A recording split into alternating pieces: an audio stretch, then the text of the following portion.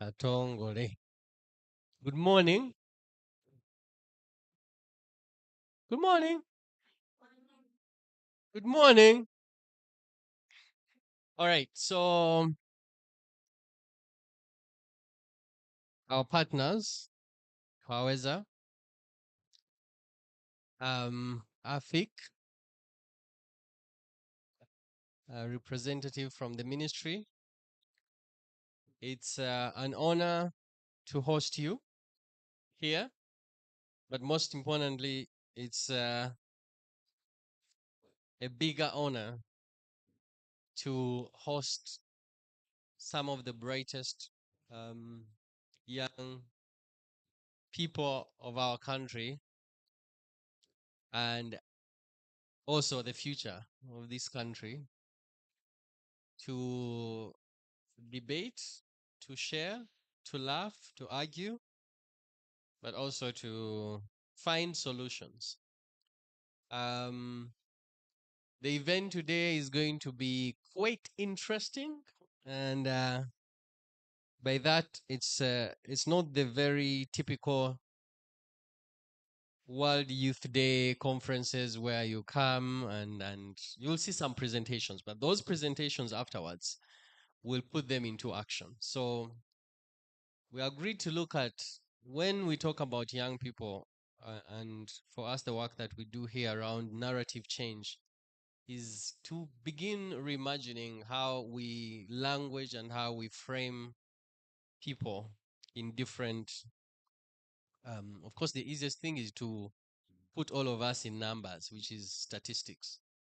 It's very important, statistics, for us to be able to say this is the data, evidence-based data that drives decision making and drives action.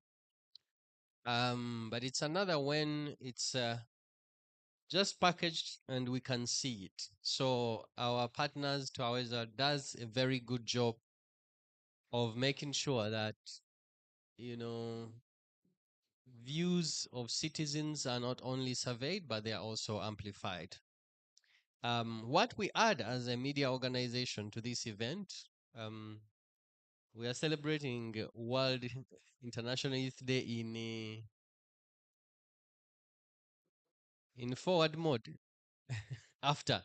So it's a belated sort of like celebration. But what we envisage to be success at the end of the day today is that we have what we call a debate forward concept. And the idea is that most debates end up with arguments of who probably had the most punchy, most powerful arguments, but they rarely give us ways forward and solutions forward. So we flipped the debate concept to say, how can we debate forward? And with this, we have 4 statistics. And those statistics, so how do we go beyond those statistics is through the debate we are going to have. And so once we have our experts present this data, our job as young people is to take the data and then say, what are the actionable solutions we can take forward? Now, we may not have the immediate power to put those into actions, but being able to discuss and find ways forward will help most of you who are either interning or working in different organizations to be able to think about these things differently. So what's going to happen is the next hosts and Katonga will be introducing when the debate starts, you will be given a statistic and 2 pathways. The first pathway and then the second pathway. Your role here is to choose which pathway you believe in and you can defend passionately and work towards achieving. So we don't expect anyone to be at the fence. No. So you choose one pathway and you defend passionately, and you will also be challenged to create one action plan as a team that even moving away from here, you will be able to put into action. So That's how we're going to have fun. My colleague Moses is giving you numbers. So we know that you are seated now with friends, with people you hang out with. So if and they will communicate table 1, table 2, table 3, table 4. So on those tables you will move. Once you choose 1, you stay at 1. Once you choose 2, you go to 2, like that. And then on those tables for our experts, we will also make sure that you are not all on one table. We make sure that you, during the debate time, we make sure that you are allocated to support, because you have certain experience and expertise around this data and information that you can help the discussion there. For our community and our production and our newsroom, the final goal for this debate and is what we call youth action snapshots. Those are going to be very um, scroll stopping videos that will come out of these that we'll put on social media. So your job afterwards is to channel those, share them widely, and then tag the people that you believe should be taking action. If there is something that you shared and it's and the other last part that I would like to emphasize is that in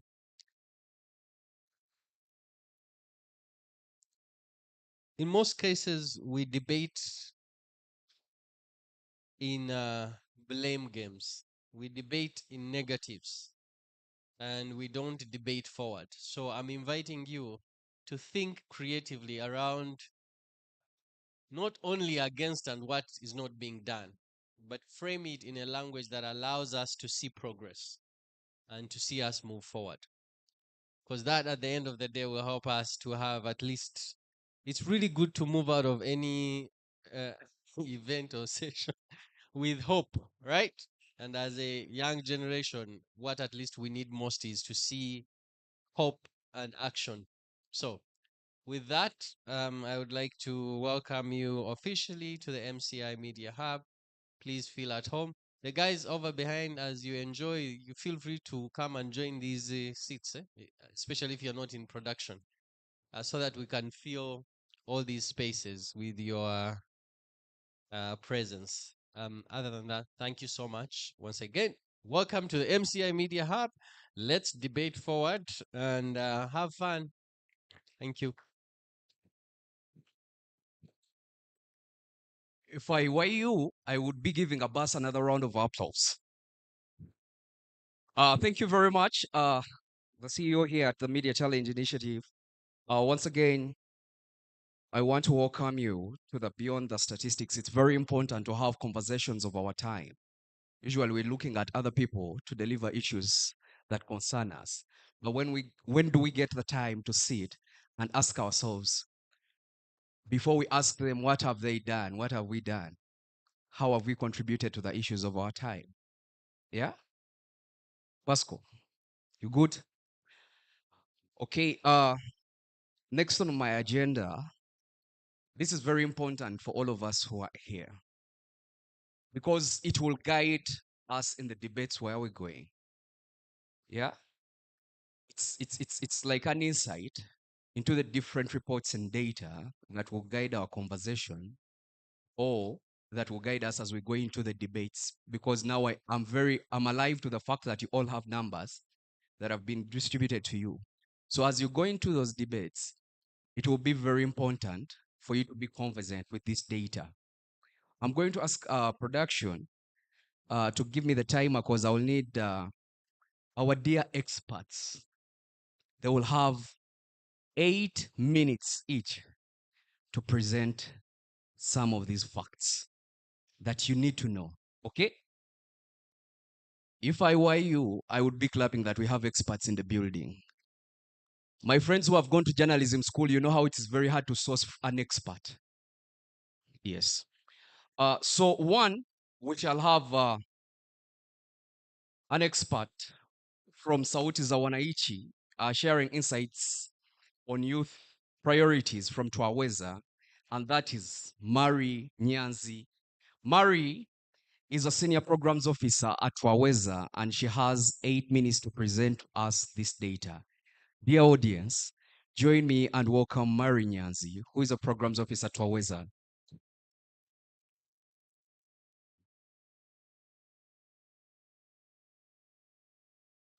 Thank you so much.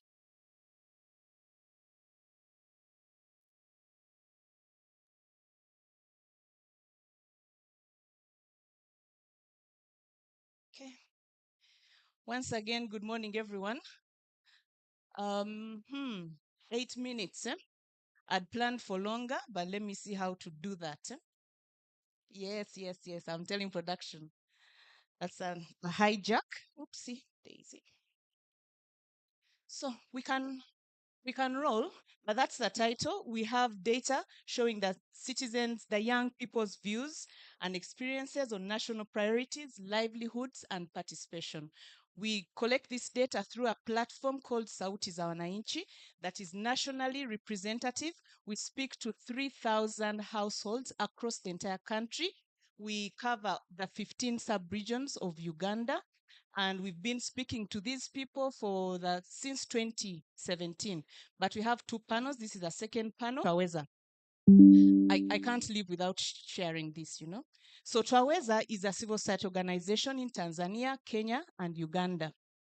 And our core vision is to have an open society built on the human impulse to make a difference, where information and ideas flow, all citizens engage, and authorities are accountable to the people.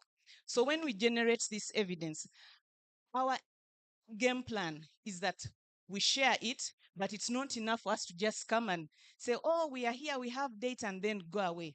We want the duty bearers to also respond to that data. That's why we are pleased to have representatives from NPA, from the Ministry of Gender, because the conversation would not be complete if we only speak to each other without the duty bearer being present.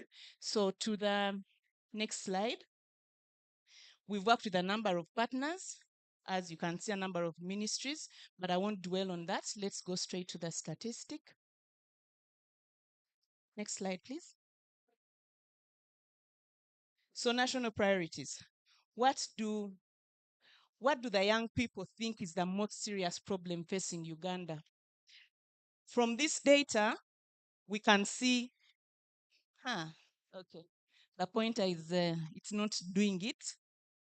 But we can see there is unemployment, there are health services, then there is a cost of living, corruption, and all the rest. But where we see some kind of variation is that young people are more likely to say that the cost of living is a serious problem compared to the rest of the population.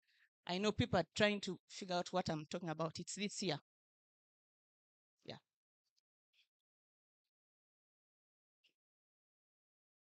Tech has come to help me.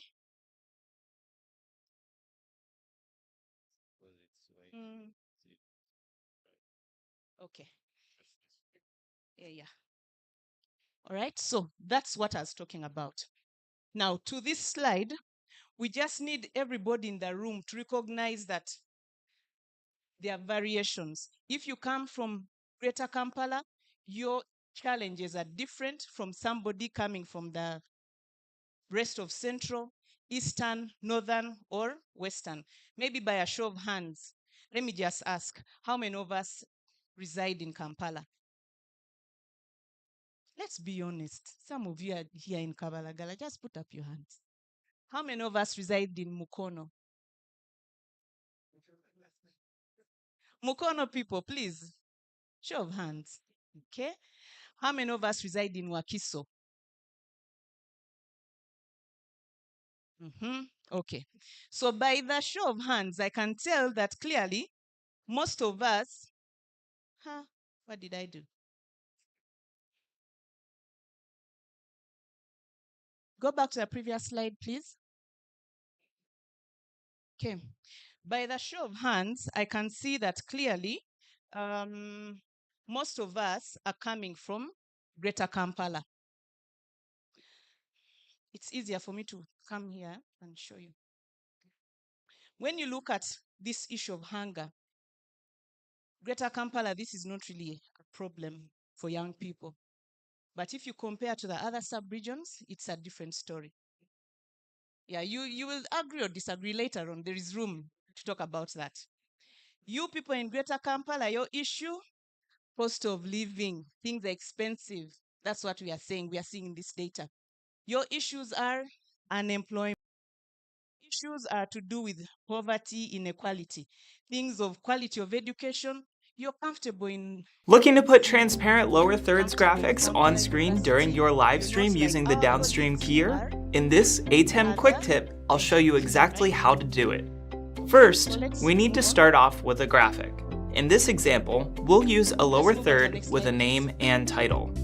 I typically create mine in Adobe Photoshop or Illustrator, but if you're looking for something free and easy, into Media Pool. Into the Media Pool Stills library. Then, we need to drag the image from the Stills collection to either Media Player 1 or 2. I tend to reserve Media Player 1 for full screen graphics and Media Player 2 for lower thirds graphics. I'll drag the lower third image into Media Player 2, or I can head over to the main home screen, select the Media Player tab, and under Media Player 2, percentage of Ugandans think that, government is not doing so well in solving those challenges, those three. It's only the green bar that is showing that we are somehow doing well or very well. The red is, which we see is the wider bar, is showing that we are not doing that well. Okay, next slide, please. And now, when we ask how well, we try to distribute this across the different sub-regions. And you can see that we have Greater Kampala, Central, Eastern, Northern, and Western. Northern has more of those that are saying government is doing well. You're smiling. Even me, I was puzzled. So I'm glad that I'm in this space. Maybe you guys can tell us if you have relatives, friends, colleagues.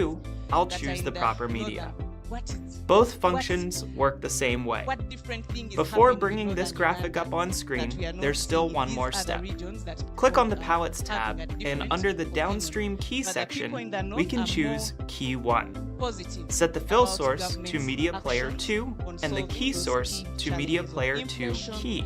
unemployment, Now in and some fighting cases, corruption. you'd be all set, but some graphics may still appear odd Now if they to have the varying live levels of I don't know how I'm transparency. doing on my So 8 scroll minutes, down to the but, pre-multiplied key. I'm left with 2. Uncheck the Let me box try. so you can alter the Next slide, settings, please. and you'll want to tweak the clip and gain setting to make sure your image shows up properly.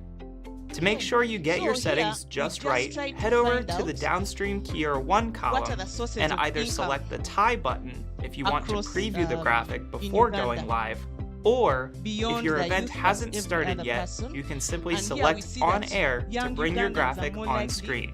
than others. Now that you can see the graphic, employed adjust the in clip casual work. and gain options under the Here. pre-multiplied key.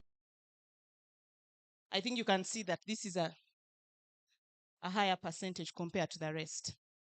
Then when we look at the backbone of our country, of our economy, which is agriculture, the youth are there, 44% compared to the 70% for the rest of the population. So if government is pushing agriculture and young people, I was about to say we young people, but you young people are not taking it up, what needs to be done differently? What's that one thing that could move things that you're able to embrace that key issue? Next slide, please. Then we ask, do you currently own a business? And we are seeing that young people are Click up less on likely screen, there's still one own more a step. business of their own. Click on the Next Palettes slide. tab, and under the downstream key section, we can choose Key. Then what is the employment status? Here we are seeing that the young citizens are more likely than others to report not being in employment, meaning young people are more likely to report that they are not employed. We can see it here.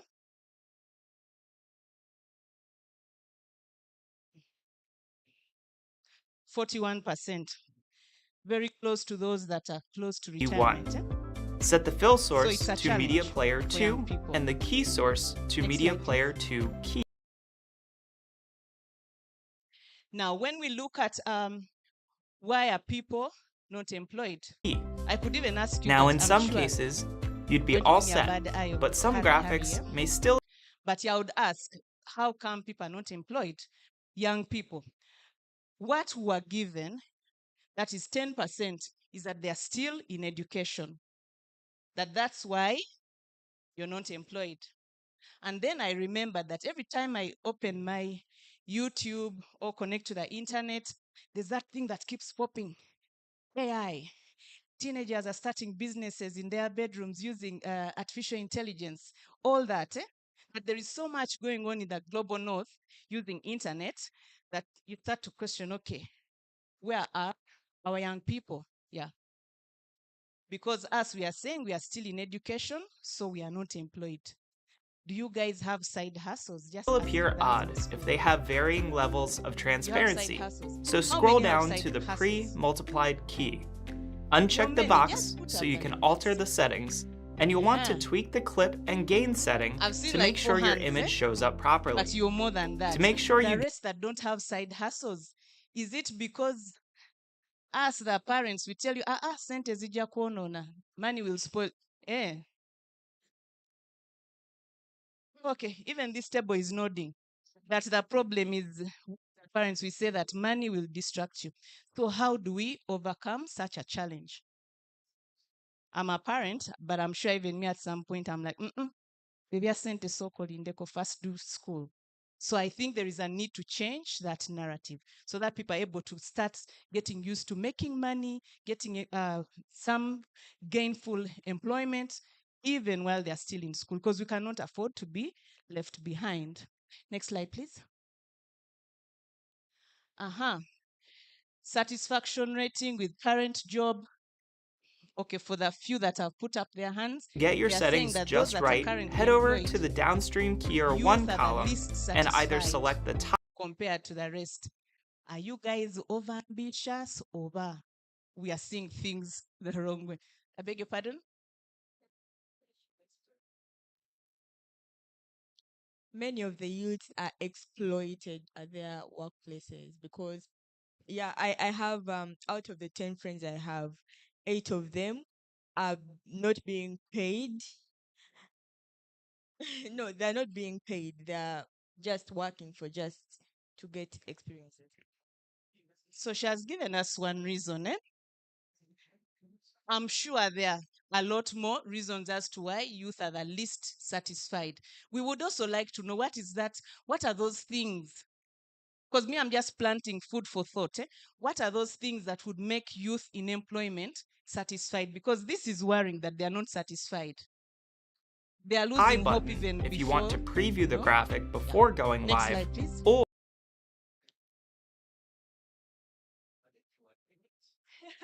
Thank you so much.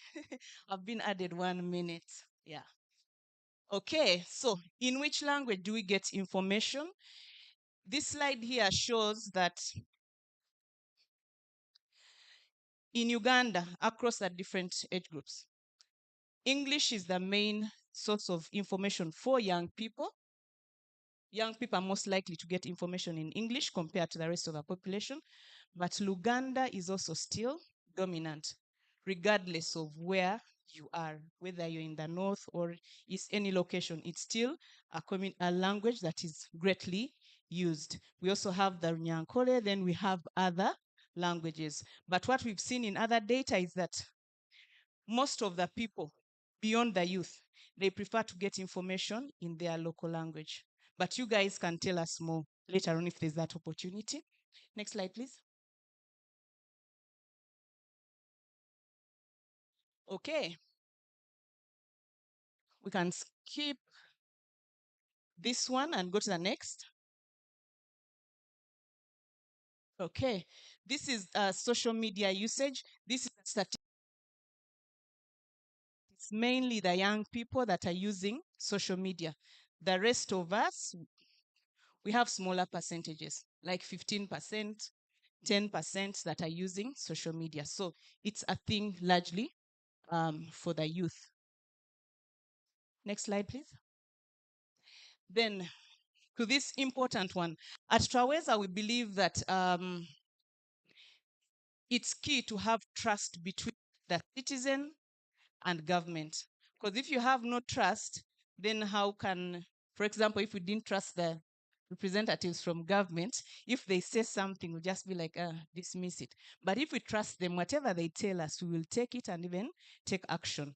And one of the ways in which you get to know whether citizens actually participating and getting information from government, there are platforms like village meetings that have been set up for the communities to attend and get to hear what is, out there, because we all have leaders.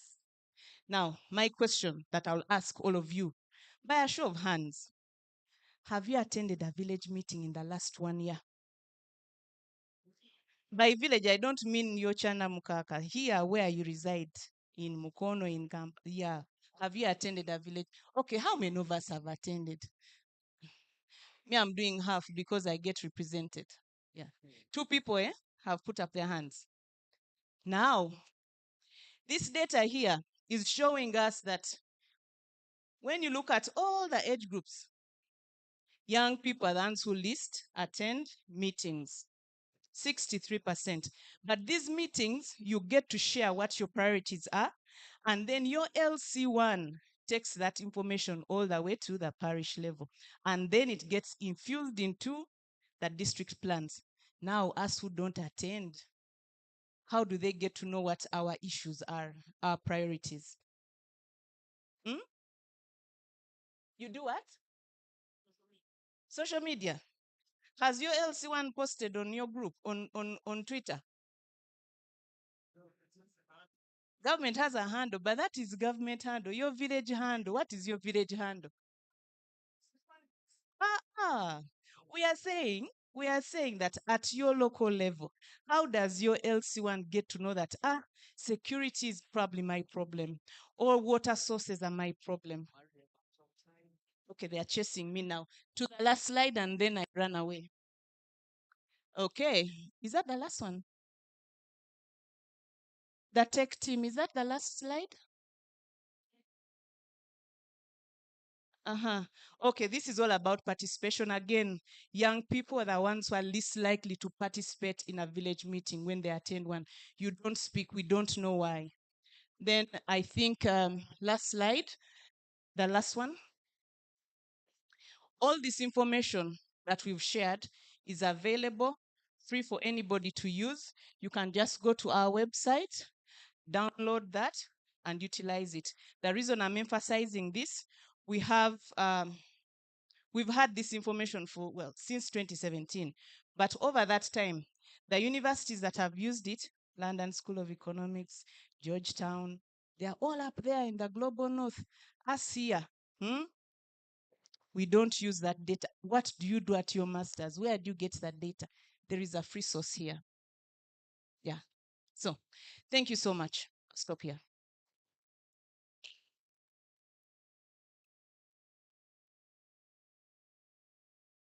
That was an insight from an expert relaying that data that I won't repeat.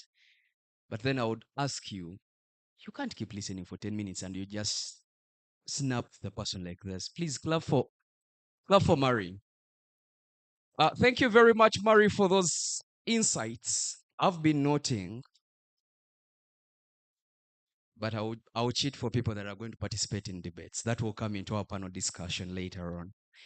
Yes, like I said, we shall be speaking. The different experts are going to be speaking to us. The next group speaking to us here, it's about youth participation in public procurement. People buy for us old planes, and they say the planes were bought, I was not in office. Then you complain who bought these cars. Now we have the right people, the experts, that are going to speak to us about youth participation in public procurement. And these are from Africa Freedom for Information Center. And in there we have Mercy Bureau who will come and speak to us. But unlike Mary, who came here first, this is going to be a dynamic duo. And we also have Site and Pamia from the Africa for Information, Africa Freedom for Information Center. Please join me as we welcome this dynamic duo of Mercy and Sight. Mercy and Sight, you're welcome.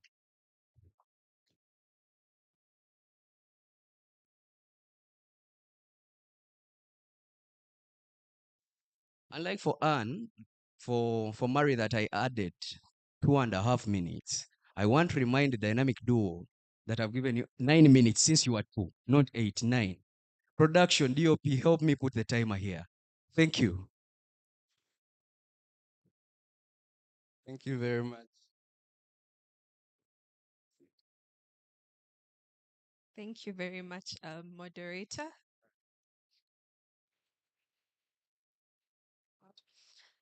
Okay. Morning, everyone. People, we've just had breakfast. Good morning.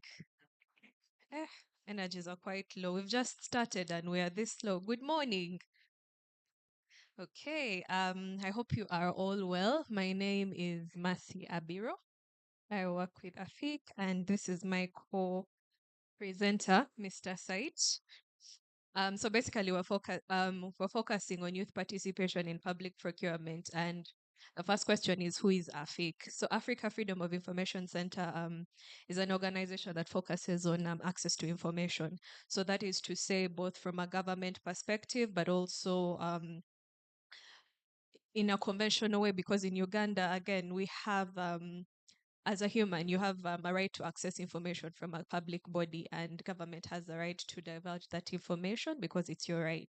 So we work around advocating for that. So we work with civil society, academia, journalists, through trying to access information. Yeah, so today we're having a conversation on empowering youth in public procurement. Next slide, please. Okay.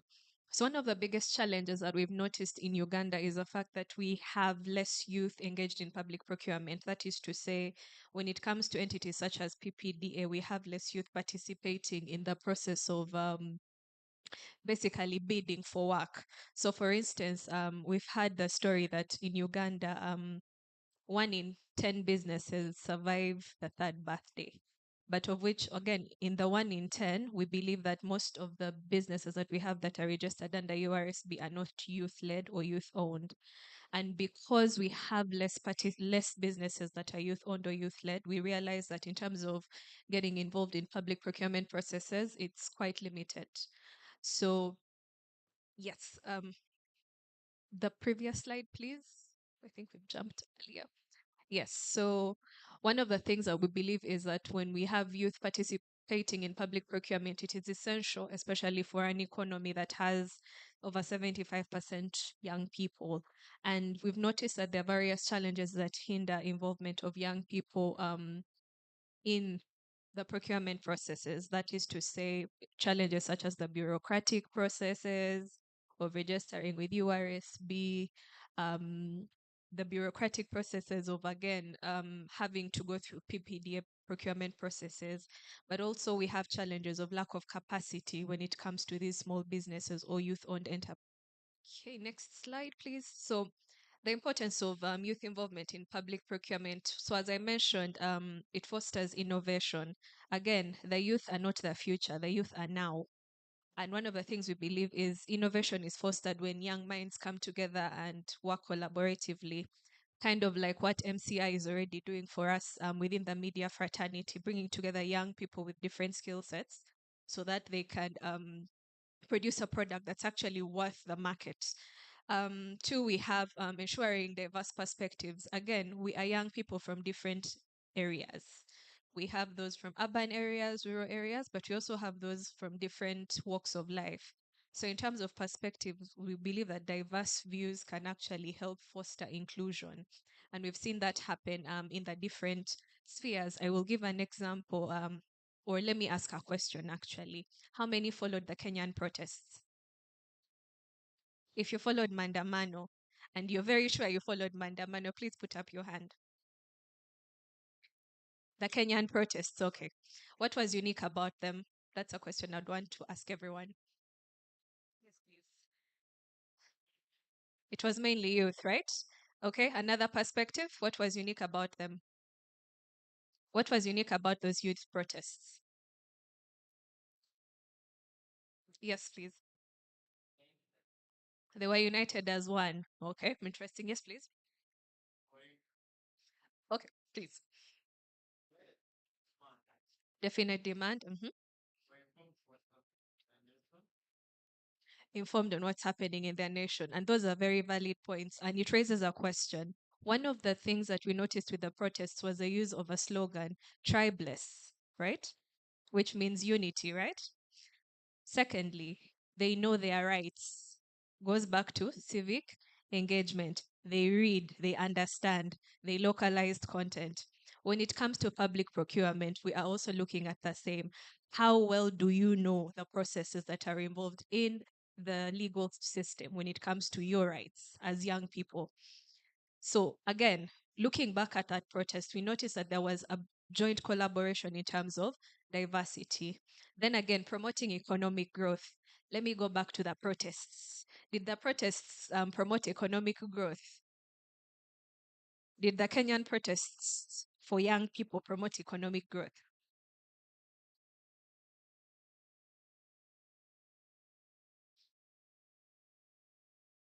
Okay, I see that, yes?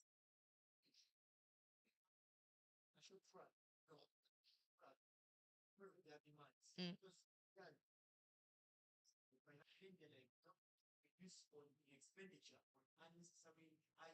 Mm.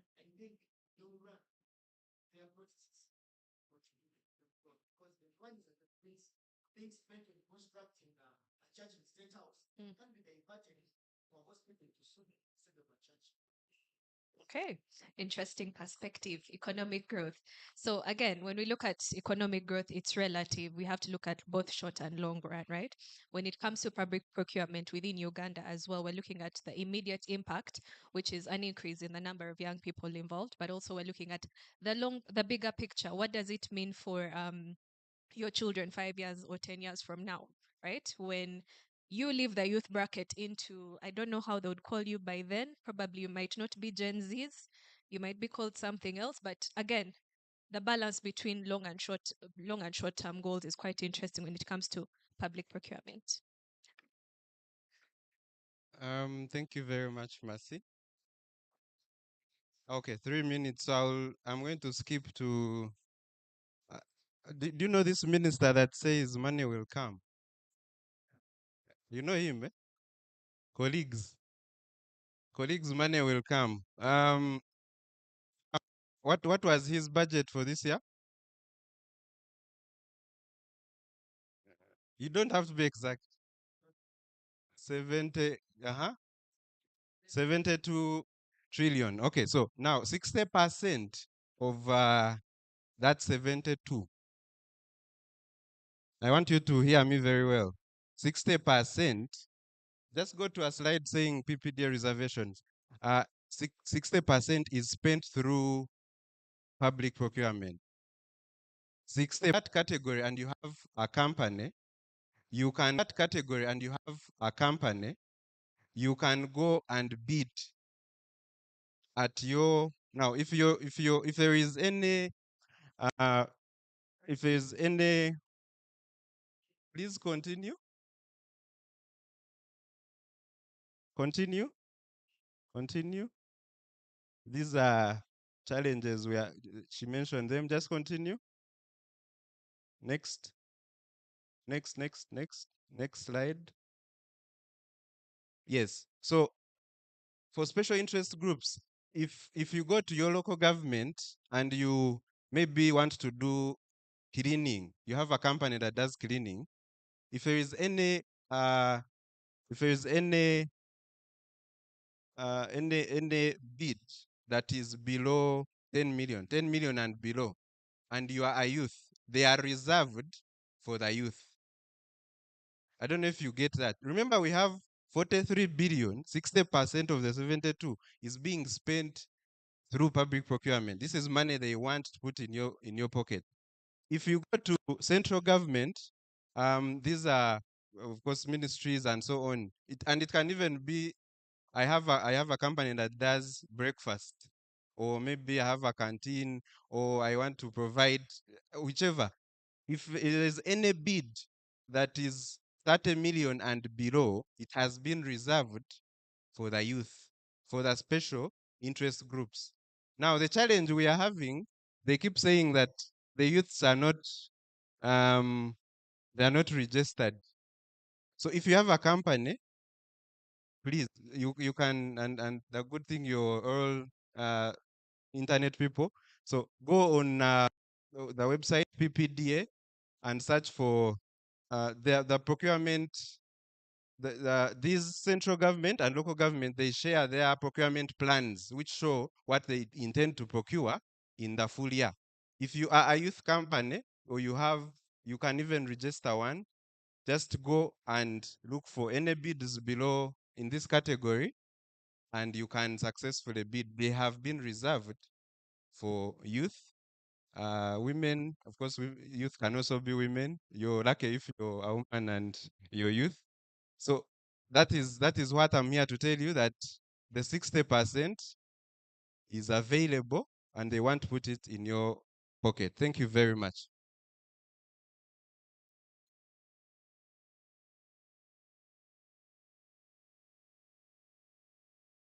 Thank you. Thank you very much, Sait and Mercy. 60% are up for grabs. But did you know, why isn't this information reaching us? Those are questions to ponder, but we'll respond to them later on. Like I said, we're into the juncture where the experts are speaking to us, and now we're going to have an expert. Still, don't worry, he's closing the experts bench. We are having one from the Action for Health Uganda, and from there, we are speaking about health challenges and the young people. And join me, welcome Mr. Regan Kulubia, who is an advocacy officer at Action for Health Uganda. People at the back, you're not clapping, you're not appreciative. I've seen you, thank you. Regan, you're welcome. You have 8 minutes, sir.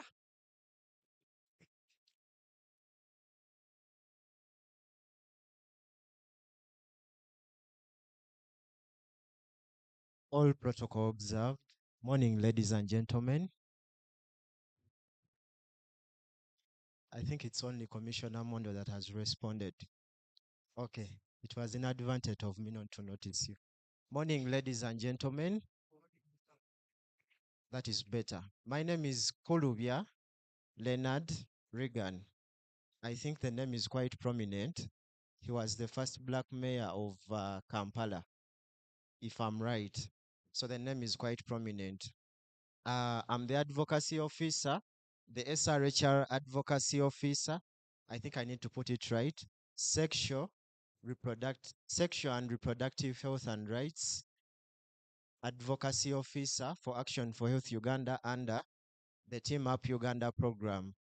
The Team Up Uganda program is a consortium of 3 partners: Action for Health Uganda in the thematic area of health, Web Solutions in water, WASH, and HRNS in agriculture. Sorry, I don't have a slide today, but the most important resource is myself. And for this particular presentation of youth challenges, our approach today is talking about the area where we are implementing the Team Up program, and that is the districts of Mityana and Kasanda. This is a project that we have implemented for over 8 years, and we wanted to give you an insight of what we have drawn from this program, most especially in line with the health challenges among young people. The Team Up Uganda program, like I said, is a consortium of partners, 3 implementing partners. And our focus for the Team Up Uganda program is mainly having young people at the forefront of addressing most of the challenges they face. For us, it is young people taking lead, not only in advocacy, but also defining the future. Someone said the future, it's a now. Okay, defining the now and the future. And one of the things we do basically is having a structure called the Team Up Youth Network that has an advocacy mandate to bring to limelight the issues that are affecting young people, but also engage comprehensively with different stakeholders to see that we change the status quo, mainly in the challenges that young people face. I want to interest you with a certain topic. It is in form of a question. If you had 10,000 in your pocket and it is the only money you have, would you opt for buying a condom or you would opt for buying food? It's a simple one. If you had 10,000 and you have all these expenses, you have food, you have medical care, but also you want protected sex, would you opt for a condom? It's becoming a hard question. I want someone that is very confident to help me answer. A male and a female. Okay, let me take him. Okay, he has a microphone. You can give him the microphone. It's a quick one. Yes. Yes, with that, if it's 10,000, you can buy both. You can buy both. Yes. Food, Food. medical care, No, food and a condom. food and a condom. Yes. But what would you buy first? Food. Perfect. A lady. Yes? You don't have a mic? I go raw and I eat and I buy food. Well said. She goes. She goes.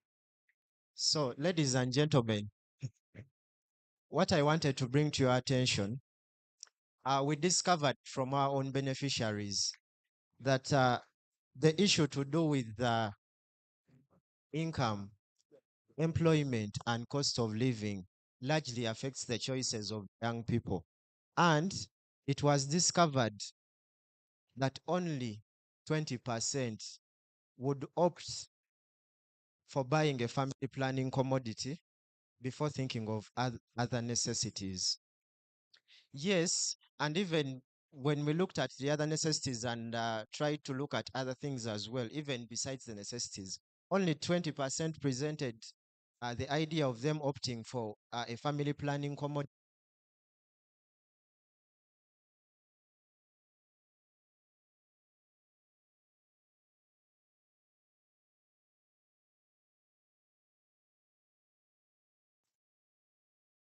It seems the information I'm giving is quite sharp. And for us, it is a stark reality for us that when young people are exposed to deciding between their health and other necessities they would need in life, the others have to take precedence because they really don't have the means to meet all these requirements. That is one of the statistics. Then secondly, we have what we call the BEES project within the Team Up Uganda program. We have what we call flying nurses. They go on from door to door trying to deliver family planning services to the different people. But one interesting statistic I would like to give is that out of the 11,037 referrals that were made and the people that received services throughout this model of BEES, only 20% were able to get complete referrals. That means the referrals that were made by the young people, only 20% were able to get complete referrals, that they indeed reached the BEES and actually were able to get, some of them were able to get to the health facilities. And one of the issues that was high was the issue of long distances. So it is really very, very true that in most cases, young people are not able to get services because of challenges like the distances, but also things to do with access. Lastly, I would like to give you one interesting bit. Out of the beneficiaries we serve in Mityana, 70% of the health facilities have youth-friendly corners. And that is a success for us. But of the 70% youth corners that are at the health facilities, we have noticed that 2 of the health facilities two of the communities or sub-counties, that is Namungo and Sekanyonyi, that don't have youth-friendly corners, it is where we have the joint highest rate of teenage pregnancies. As of March 2025, Namungo had a rate of 21%, and Sekanyonyi itself had 21%. And yet, the average rate of teenage pregnancies in Mityana as of March 2025 is 15%. So that is a clear indicator that wherever we have youth-friendly services, the rate of teenage pregnancy is quite lower as compared to where we don't have these youth-friendly services. I'm informed that I have 1 minute. Yeah. As I exit from this, allow me give my last statistic. From the data we have, from our own beneficiaries, 46% reported mental health challenges. Ladies and gentlemen, it is a 46%, but we well know that there are so many young people that don't declare mental health challenges. This for us is a reminder that whereas we provide all these programs to uplift the livelihoods of young people, there is a pandemic that we need to address, and that is mental health challenges or mental health derailment among young people. As an organization, Action for Health Uganda, our focus is sexual reproductive health, but realizing the intersectionality of mental health and sexual reproductive health and rights, now most of our initiatives are being intertwined with mental health responses for young people for us to be able to solve these challenges. A 46% is quite alarming, and that was just a sample of 20,000 young people. So just imagine if we had sampled the entire young people that we are providing services to. Thank you so much. I think I've been the best time manager as of today. I have a lot of statistics. Commissioner Mondo would attest that I'm a bit talkative, but would have tried to manage my own time. Thank you so much.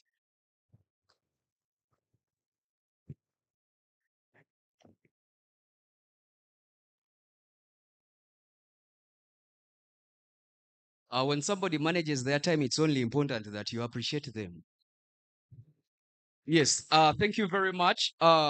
Regan Kolubia, who is an advocacy officer from the Action for Health Uganda, doing great strides in health especially in the rural districts of Mityana and Mubende. Like I said, he would be our last expert. And indeed, he's the last. Don't get frightened, okay? Once again, I want to welcome you to the Beyond the Statistics debates today. We had to hear from the insights so that they guide our next conversations, so that they guide our next course of action. Once again, I want to thank the Media Challenge Initiative. I want to thank Switch Africa who are doing us the production. I want to thank partners Twaweza Africa Freedom for Information Center, and Action for Health Uganda for making this happen. Once again, my name is Arnold Katongola and I'm your host today. Our next activity on the order paper, on the agenda, is a very important speech that I would request you to listen to. But since you've been listening for the last 25 minutes, and the person that is going to speak or address us has quite crossed the Rubicon of the young people, but he's still making sure that he's securing the future for the young people, even when he has left that age. Our production, play me Abanaba Frigo, and then I will tell you what happens next. Just to put my next speaker in the mode he needs to be. If I were you, I would be clapping for a man who has been here, speaking to you and making you comfortable. Myself, please, it is only courtesy. Thank you. Effie?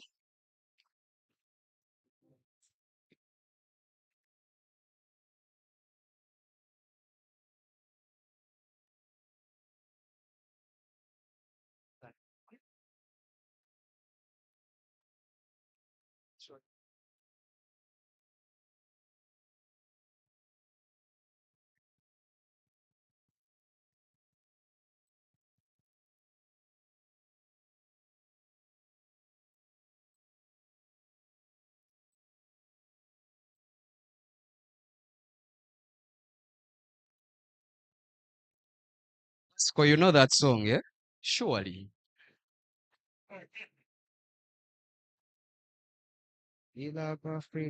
Oh my.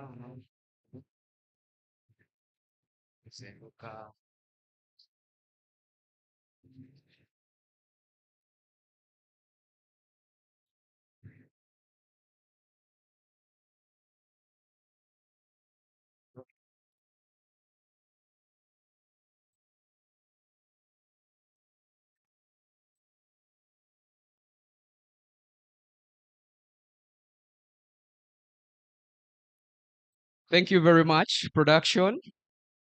That was good of you. I played that song specifically to usher in my guest into the mood. Banaba Frigo, 50 years celebration. 50 years. Yeah, I believe the landlords of Ugandan music are still thriving. Okay, away from that commercial break, we are back. Welcome once again to Beyond the Statistics. My name is Arnold Katongla and I'm your host for today. Like I said, it's a very important speech that we all need to listen to because at the end of the day, I told you people that we have gone together to the J school. It's very hard sourcing experts of his caliber. Ladies and gentlemen, he will not come here because of issues to do with becoming a senior citizen. But allow me introduce to you Mr. Mondo Chaiteka. Mr. Mondo Chaiteka is an assistant commissioner at the ministry where we belong according to the constitution or according to the government. But certainly will prove that we belong there. The Ministry of Gender, Labor and Social Development. Ladies and gentlemen, welcome the senior citizen. Thank you. Thank you very much. And for the, if you allow me say, since you're a senior citizen and a big person at the event, I've given you 10 minutes of speech. You know, when you have a dictator like Katongole, on the program he put 30 minutes, now he's dictating 10 minutes. I'll try, but before I go to my speech, I want to appreciate the management of MCI, the management of Twaweza, Martha and Marie, colleagues from ministries, departments, and agencies, my colleague here, Margaret, our bosses, the young people of Uganda, the media fraternity, ladies and gentlemen. Mr. Katongole, I will use 3 minutes to correct some information which has been put forward, which is not correct, because beyond the statistics, we need correct statistics to be able to do the job. Then thereafter, you will start counting the 10 minutes. The first correction I want to give is when somebody said 75% of Ugandans are youth. That's wrong. The youth in Uganda, according to UBOS 2024, are 22.7%. The children are 50.5. When you add 50.5 and you add 22.7, you get 73.2% people below the age of 30. These are not necessarily youth, but they are children and youth. But you know, when we want to make our point and to look that we are in the majority, we say 78% are youth in this country. Children are not youth. Children are not youth, they are children. That's the first correction I wanted to make. The second one is when somebody said that agriculture is the backbone of our economy. It used to be. It's now the oxygen of our country. You know, you can live with a broken back for some time, but you cannot live off oxygen. And so agriculture is the oxygen of our economy. And we need to see many young people in it there. Now, this one, Katongole, you didn't say it, but I read it at the back, where it said journalism can make the world a better place. I want you to add in the future when I come back here but it can also make the world a worse place. Journalism can do both. There's responsible journalism, there's also irresponsible journalism. You have heard about the Arab Spring. It was mainly fueled by journalists. You have heard about the massacres in Rwanda.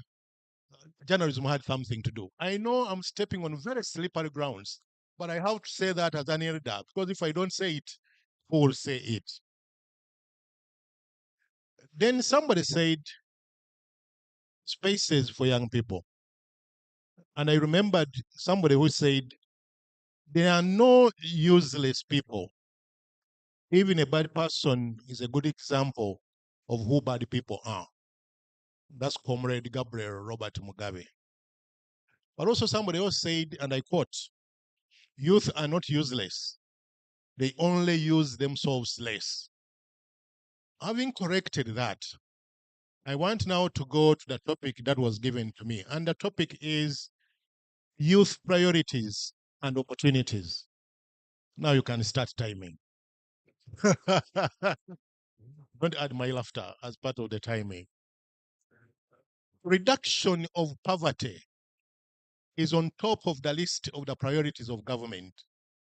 And I also saw in the report by Marie, the young people identified it as the main problem that we have. And it is a big animal. It's a big animal where a lot of intervention has been put together, but still it's elusive. Poverty has been downgraded from 21.4% to now 19%. But still, in absolute numbers, is still a big challenge. And it's fueled by the fact that Ugandans, one of the things we do very well is production of human beings. So much as we are mopping, the tap is open. Even after this meeting, some people are planning to initiate a production of a human being. I can see the boys are looking at the girls and the girls are looking at the boys. Within a few minutes, things will happen. 42% of all the pregnancies in this country are unplanned. 42% of all the pregnancies in this country are unplanned. And 60% of those are a result of teenage pregnancy. So in terms of production of human beings, you people, you get gold medals. A number of interventions have been put in place. One of them is PDM, that you all know. And the aim of PDM is to downgrade the profile of poverty through transitioning 3.5 million households from subsistence to monetized economy. There are programs like YLP, but in the interest of time, I will not mention the details. YLP is Youth Livelihood Program. Since its inception in financial year 2013-2014, 193.7 billion has been sunk into this program. And 280,000 youth have benefited from the program. You have heard about Operation Wealth Creation. You have heard about Uganda Women Enterprise Program. You have heard about Youth Venture Capital Fund. You have heard about Joakali. You have now heard about the New Kid on the Block Grow Program, Green Jobs, among others. All these aim at handling this animal and reducing poverty amidst us. Somebody wrote and said that poverty is the worst form of violence, and that poverty anywhere is a threat to prosperity everywhere. As long as we have poor people around us, we shall continue having a problem. The second priority, again, which you mentioned in here, is the issue of ensuring youth effective participation and not tokenism. And this is rooted within the Constitution of the Republic of Uganda. How many of you have seen the Constitution of the Republic of Uganda? How many of you have read the Constitution of the Republic of Uganda? You know, we like a saying, my right, my constitutional right. Then you say which article, and somebody has never seen or smelled the Constitution. We need to read and understand our rights as grounded within the Constitution. Article 1 says, power belongs to the people. Correct? Article 78 of the Constitution provides for youth participation in the Parliament of Uganda by 5 young people. So participation is grounded within the Constitution. It's also grounded within the Local Government Act of 1997. It's grounded within the National Youth Council Statute of 1993. It's also grounded within the National Youth Policy of Uganda 2016, among others. On the African continent, it's grounded within the African Youth Charter. So it's provided for. The issue is you can take a cow to drink. You cannot force the cow to drink. Young people need to occupy spaces of leadership. Local Government Act provides that at every level of governance, there should be 2 councillors, one female and another male. There is no country in the world that has made it a constitutional obligation for young people to occupy such places. Article 32 of the Constitution talks about affirmative action. All these are provisions that people need to take advantage of. The third is the human capital development. My colleague Margaret here knows that the 4th National Development Plan prioritizes human capital development along the entire levels, right from early childhood development, completion of university and above, because this is a very critical area in terms of socio-economic transformation. No country in the world has grown and developed because of borrowed human capital resource. Human capital must be indigenous, and hence, when you see so many universities in this country, when I was young, if you missed going to Makerere, then your father had to be rich to take you either to Nairobi or take you in Europe to study. As I speak now, we have nearly 50 universities and so many tertiary institutions of learning. That's deliberate, and it came through liberalization, ensuring that people, private sector, can invest in this space and ensure that young people have access to education. Education is transformative. You cannot talk about human capital development without getting skilled and getting educated. The third area that, the fourth area that government is now concentrating on is the creative industry, which includes music, dance and drama, film, comedy, sports and games. You have been watching Chan, and you could see the First Lady Groot there. The first game was a misery. I looked at her and I said, she's casting herself. Why did I come at all? But the subsequent games have been a great, it has wiped our tears. And when you look at the different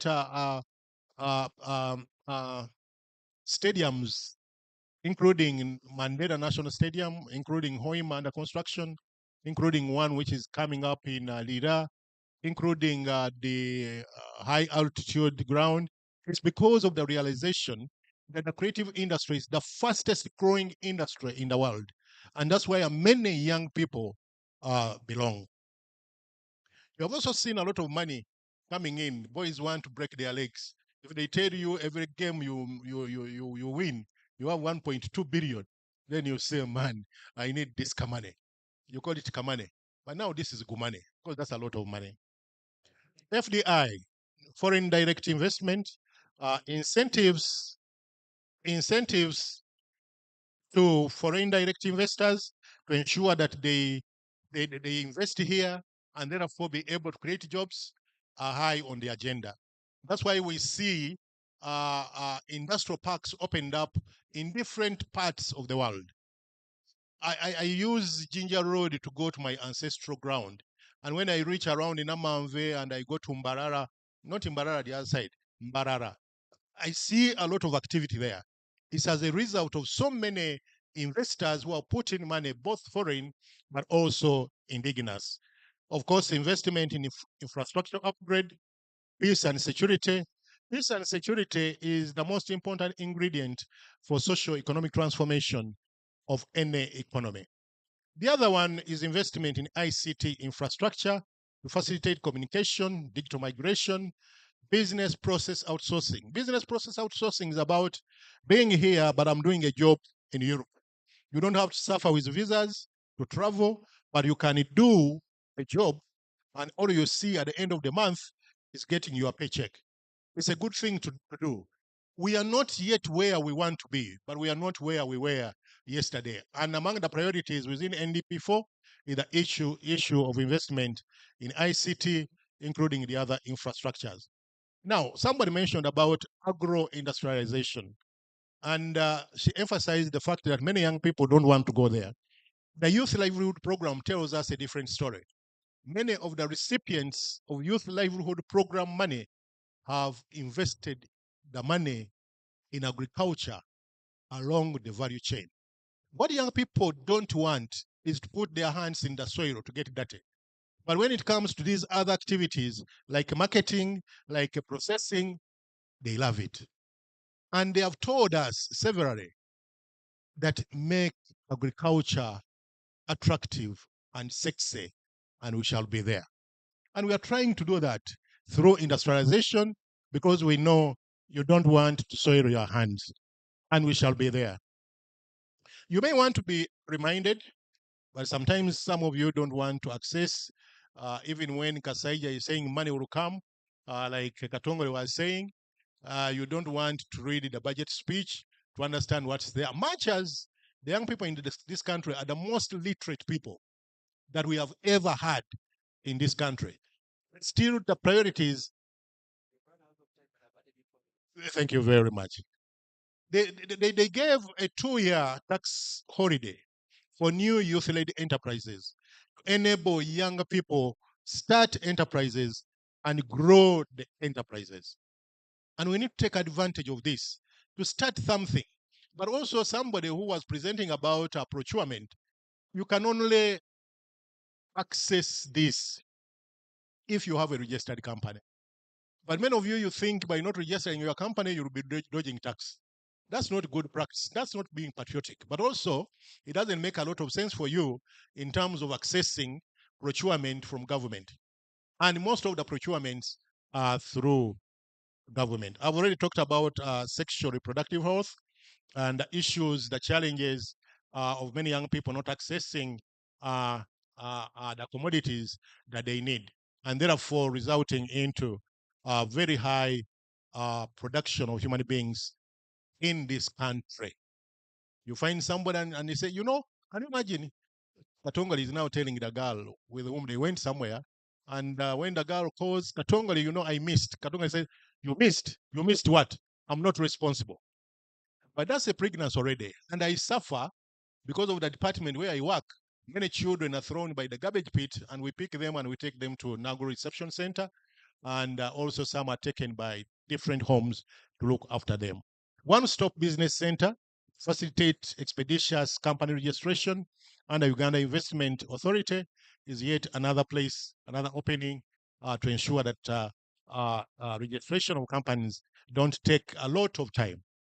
Liberalization of the economy. This is one of the things that many young people don't seem to see.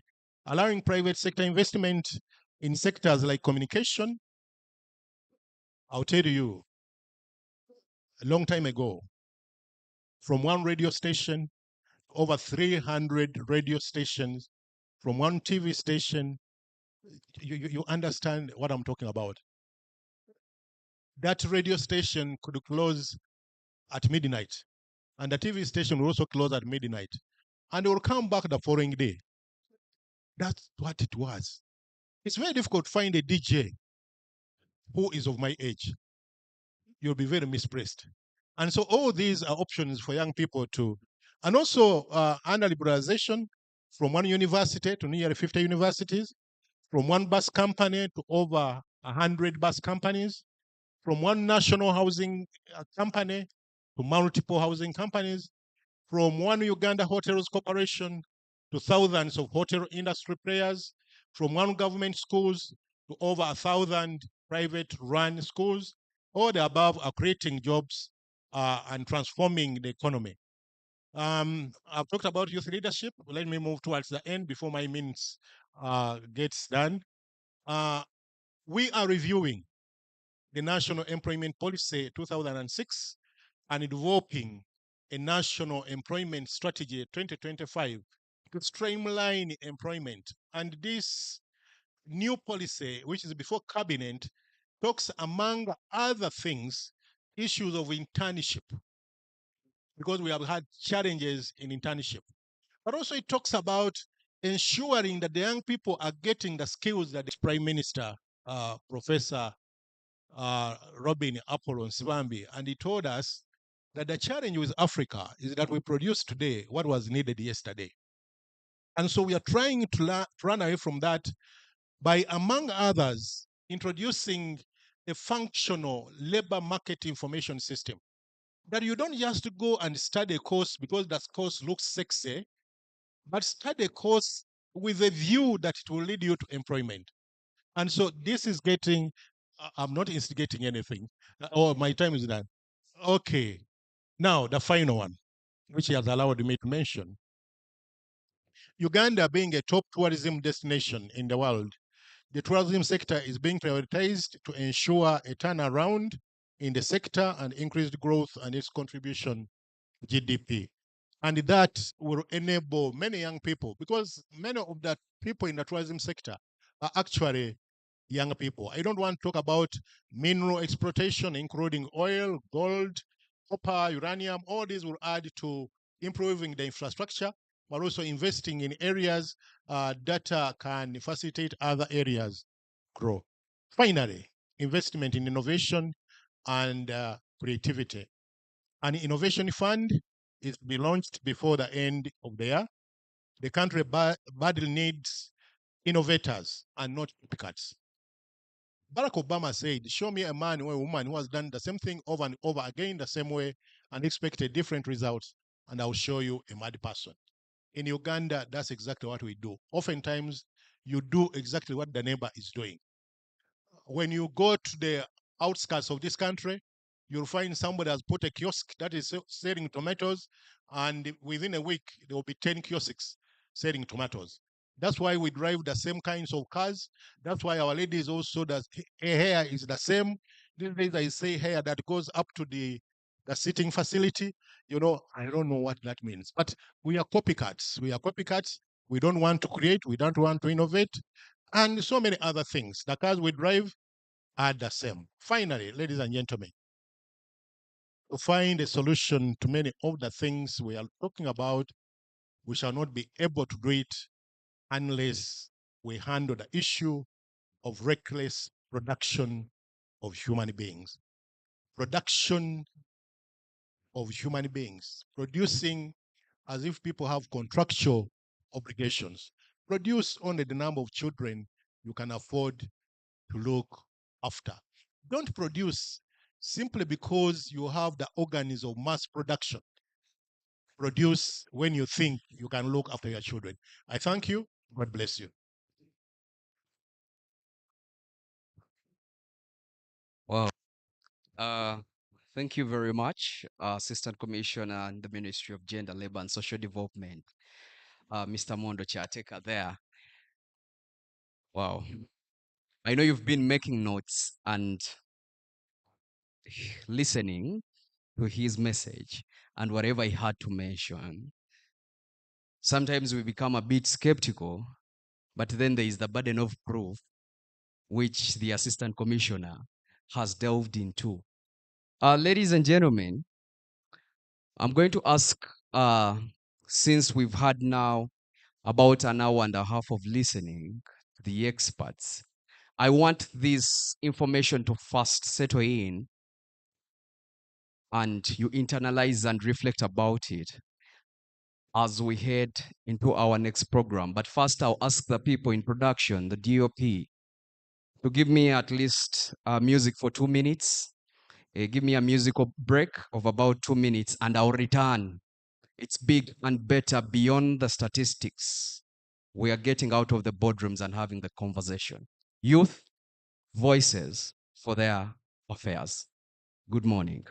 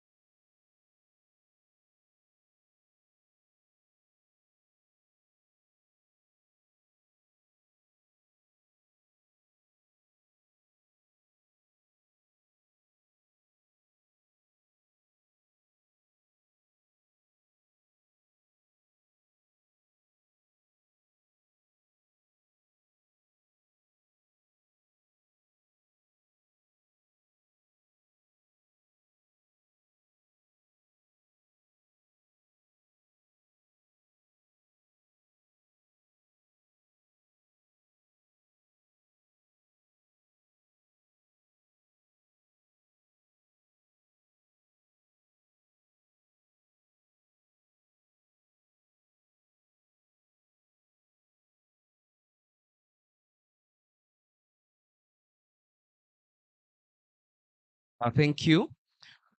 While you had the musical break, I was reflecting on how it happens. And like Mr. Mondo said, and I tell someone, it's your problem, not my problem, because they said they missed. What they missed, I don't know if it's an examination or something else. We'll deep dive into that later.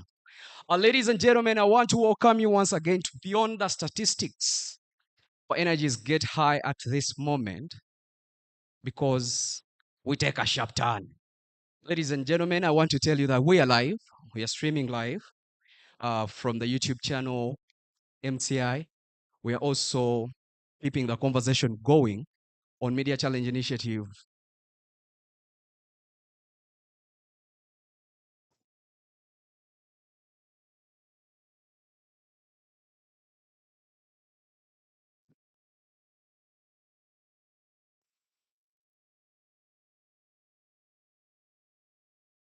Hello?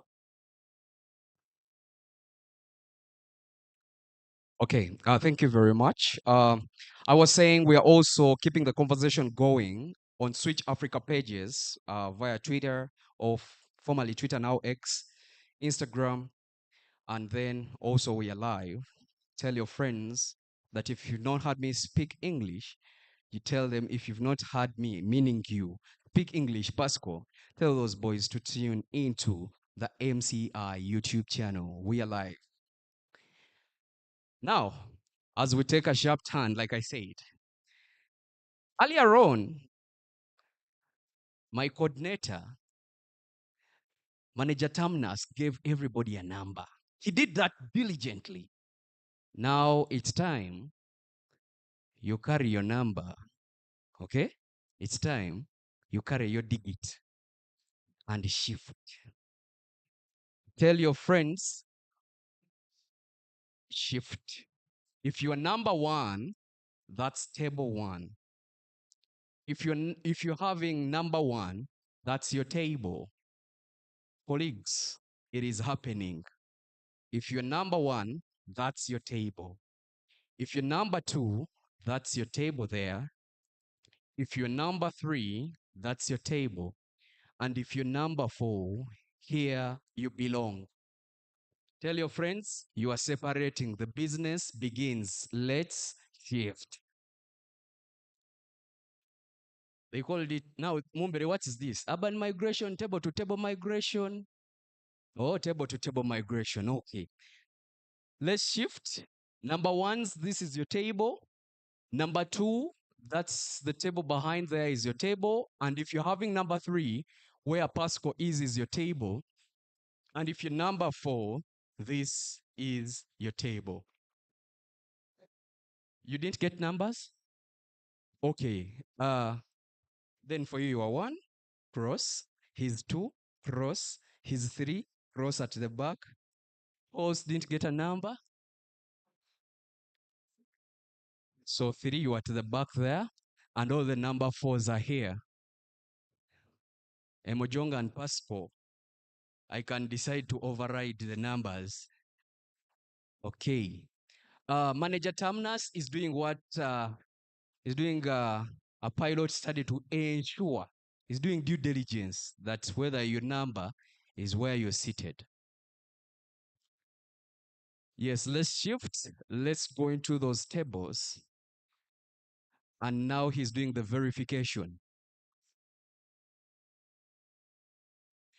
People who didn't have numbers here, I gave you numbers. Is there anybody who is present here and they didn't get a number? Anybody who didn't get a number? Okay. Seems everybody got a number. So you did get a number?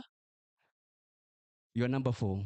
Okay. By default? Oh, you got a number. Good. Thank you. Okay. Are we all settled to where we belong?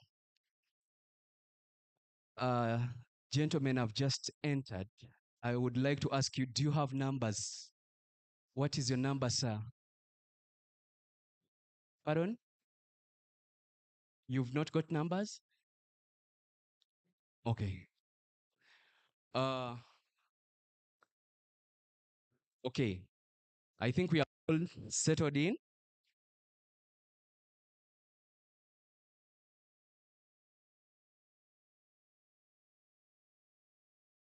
Hope now we are settled. The silence speaks bigger, louder, and better.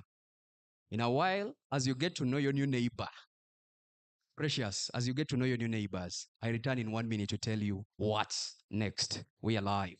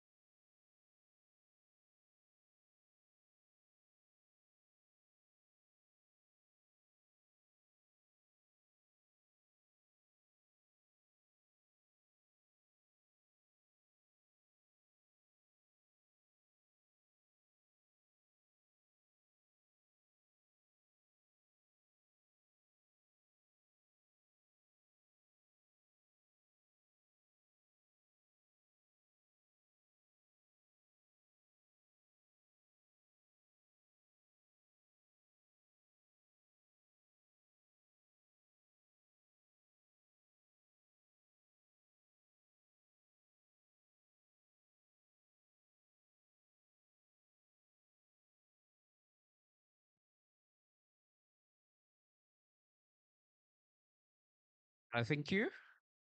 Thank you, thank you, thank you. Like I said that I will return. Indeed, I've returned. And now that you've settled where your numbers are, this is where it gets This is where it gets cracking and moving, at the same time intense. Yeah, like we said, we'll not do the normal conference or boardrooms and talk about youth matters. This is why partners, the Media Challenge Initiative, Switch Africa, Twaweza, Africa Information Center, and then, Africa Freedom of Information Center, Twaweza, the Media Challenge, Switch Africa, Action for Health Uganda, and everybody came together to see that we have it differently. Okay? So, our next item or our next course of action, they are the youth forward debates. These are different from what we see every day, but my co-hosts, particularly for the debate, will deep dive into that one.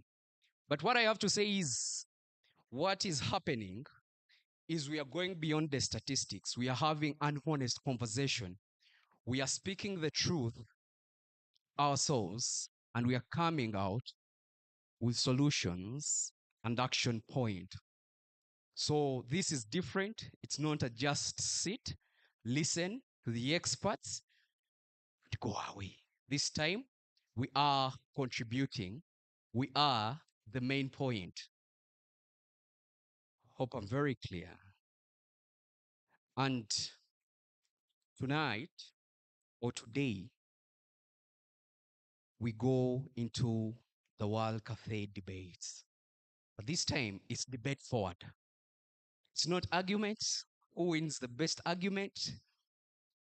It's us contributing.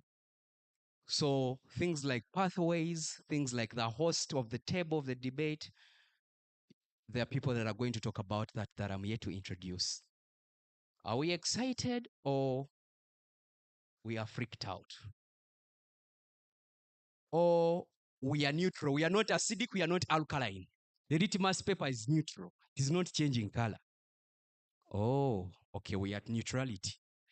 Okay, ladies and gentlemen, like I said, this is not going to be a sit and listen event. It's an interactive stand up and speak the truth experience where our ideas, like I said, the production done by Switch Africa, we shall have youth action snapshots, short, powerful takeaways that Switch Africa will be sharing all over their social media pages. And then you can record, repost, and tag those people that you need to see that you need to listen to what we are saying this time around. Are we together?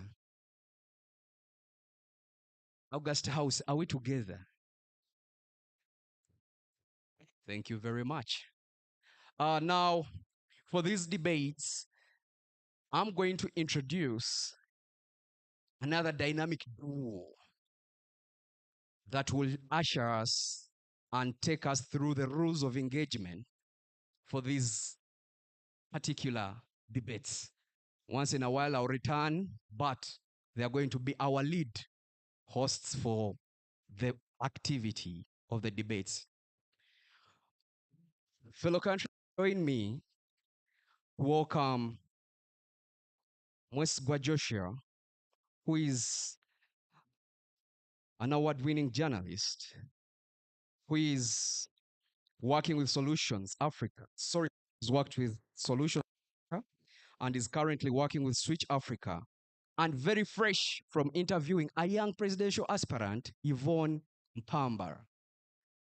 Ladies and gentlemen, join me to welcome Joshua Mwesigwa from Switch Africa.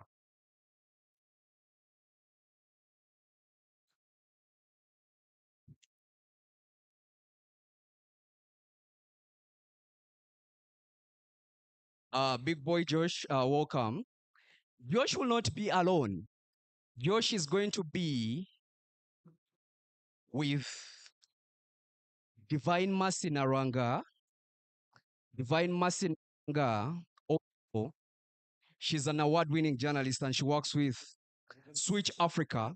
He's very fresh from having a youth conversation with the Prime Minister of Uganda, Oweekitiibwa Charles Peter Mayiga. Very fresh, I'm telling you. Divine, make your way here, very fresh from lunch. Guys, some vibe, some vibe. Yay! Eh. Uh-huh. So we have to give them a minute. So, how are you, my friend? So, allow me to tell you, ladies and gentlemen, I've been here close to 2 hours. And so, I have to leave for now and hand over for our next high officers for the particular activity we are going to. And with honors, allow me tell you that that is table 1. It is having members that are number 1. And that is table number 2, having members that are number 2. Behind there is table 3, where Pasco is, and they have taken over the 3s. And here to the front is table number 4. Until then, I shall see you. All right, all right. Are we all excited to be here? Can I hear some noise? No, everybody stand up. Everybody stand up. Everybody stand up. Everybody stand up. Everybody stand up. DJ, you're going to give me that song one more time. One more time. And I'm going to ask the entire congregation to just mix up. We're just going to do this in 2 minutes. 2 minutes. DJ, give me the song. We're going to do this in 2 minutes. 2 minutes. I want this side to come and say hi to this side. This side to come and say hi to this side. Let's mix up in just 2 minutes. Let's go. Come on. Come on. I need to see you people dancing. I see you people just stay. Come on. Hey. Come on. Come on. Let's go. Let's go. Say hi to our friend. Say hi to our friend.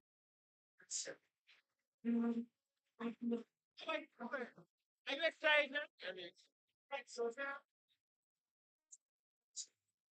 Let's see. Thank you. All right, thanks. Go.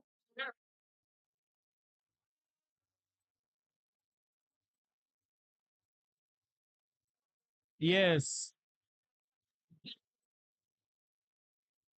I love this. I love this. I love this. Okay. Hey. Aha.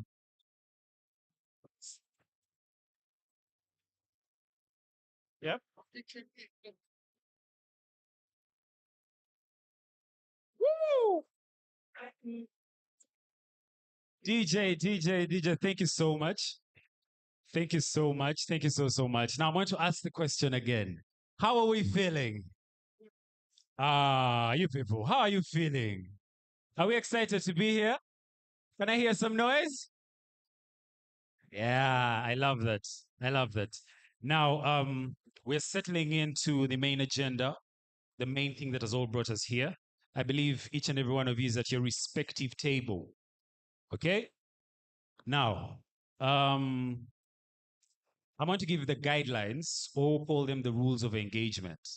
This is a debate that is not like any other. You're not going to propose and oppose, no.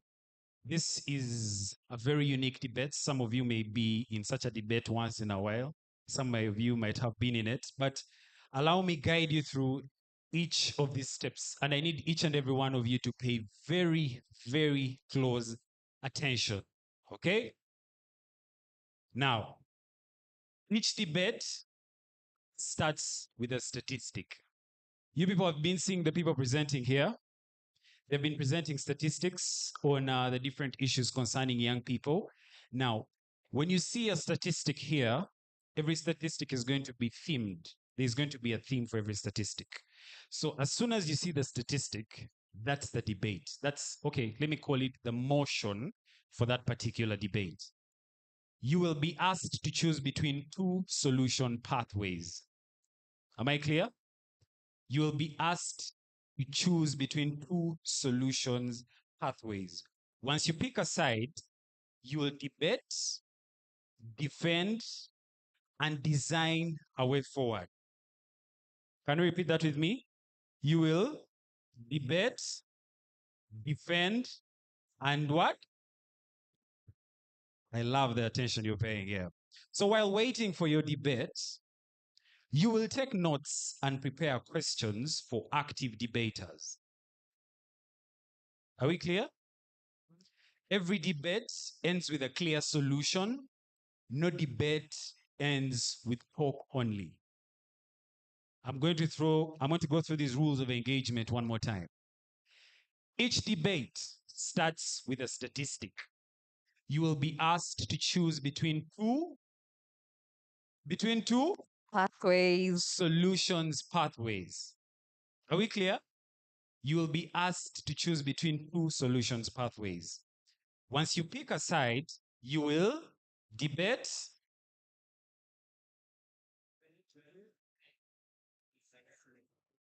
Amazing. While waiting for your debate, you will take notes and prepare questions for active debaters. Every debate ends with clear solutions. No talking. The debate doesn't end in talk, okay? Are we all clear on that one? Divine. All right. So we have different debate topics. As you can see that you are divided into 4 tables.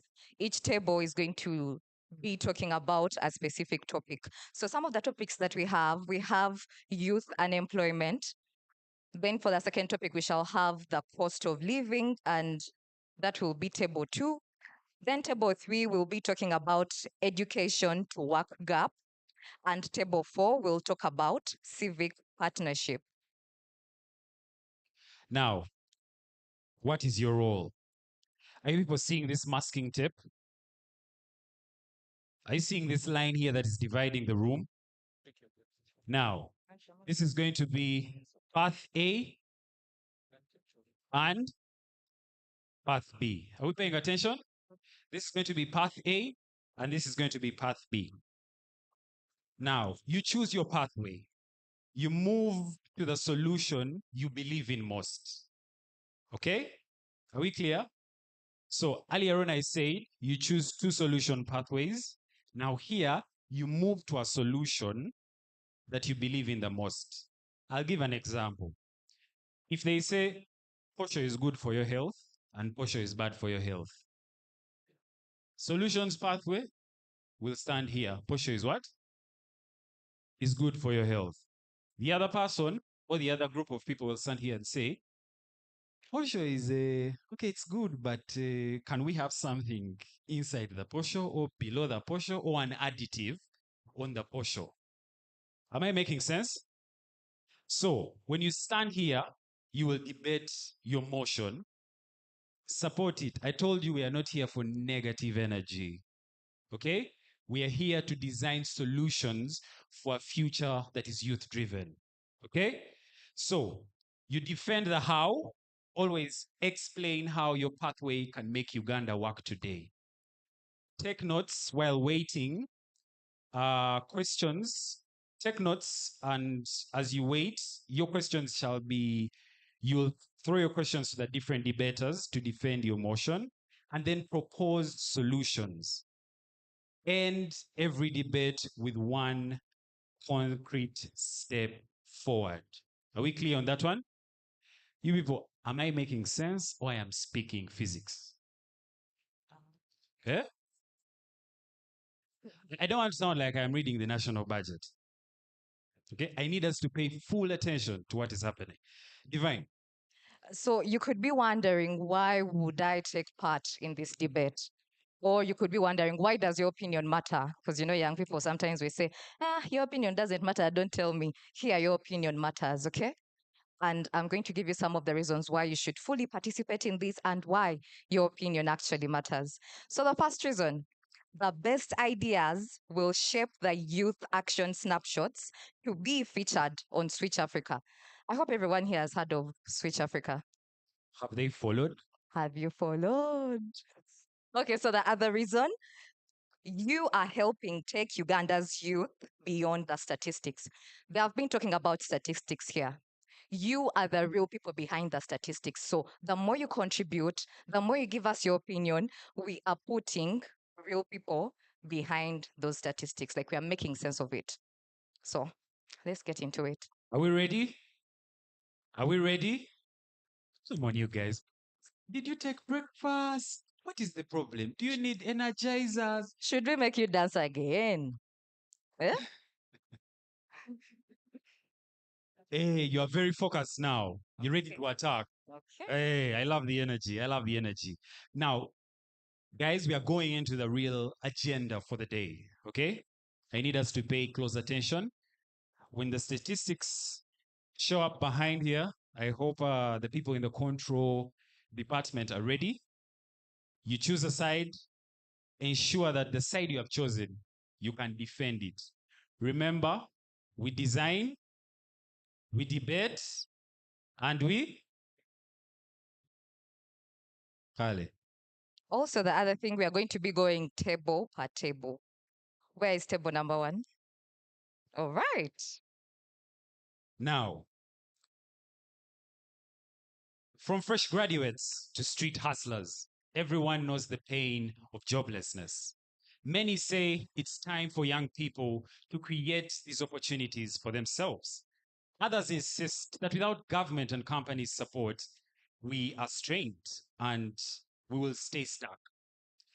The question remains, who should carry the burden of creating these jobs? Now, pathway A. Are we ready? Here's the big one.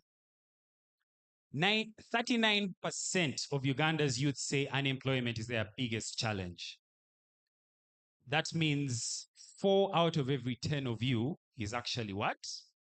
Unemployed. Now, it could be me, it could be you, it could be the person seated right next to you. Divine. So here is the challenge today. As we have already explained, we have 2 sides. So you guys will have to stand up at some point and then come and choose a side.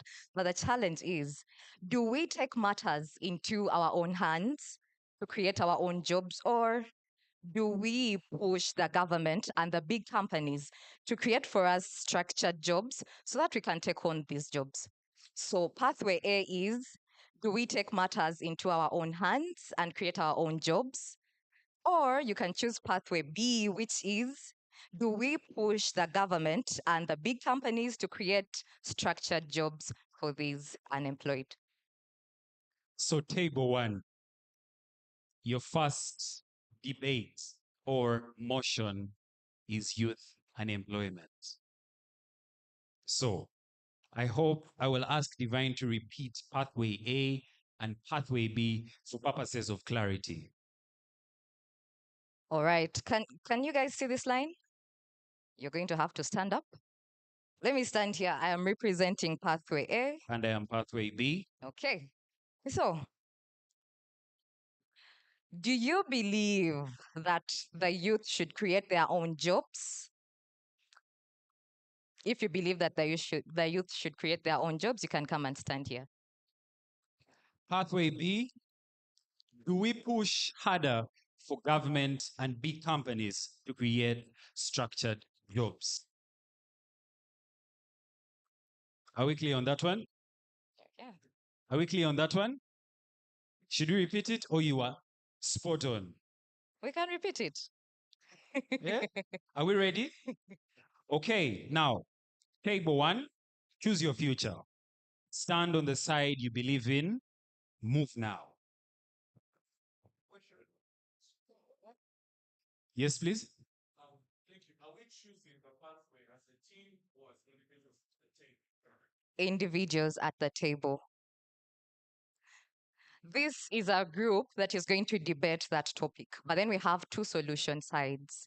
The first solution, pathway A, talking about whether you think young people should create their own forms of employment.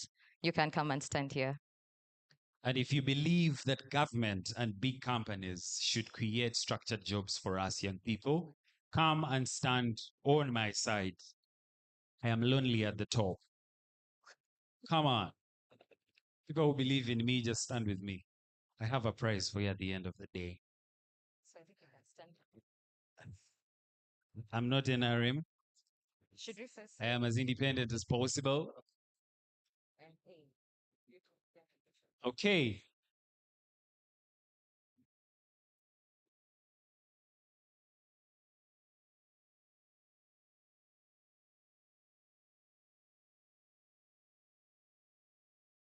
Okay. Should I consider myself the winner? Thank God there is no winning here. We are just discussing the different ideas. All right. So the people on my side, since now I have confirmed that you believe young people should stand up and create their own forms of employment, can one of you tell us how should they do that? What's the real plan? Now, we are already switching sides. We are switching sides. Now, my team on part B. The question is,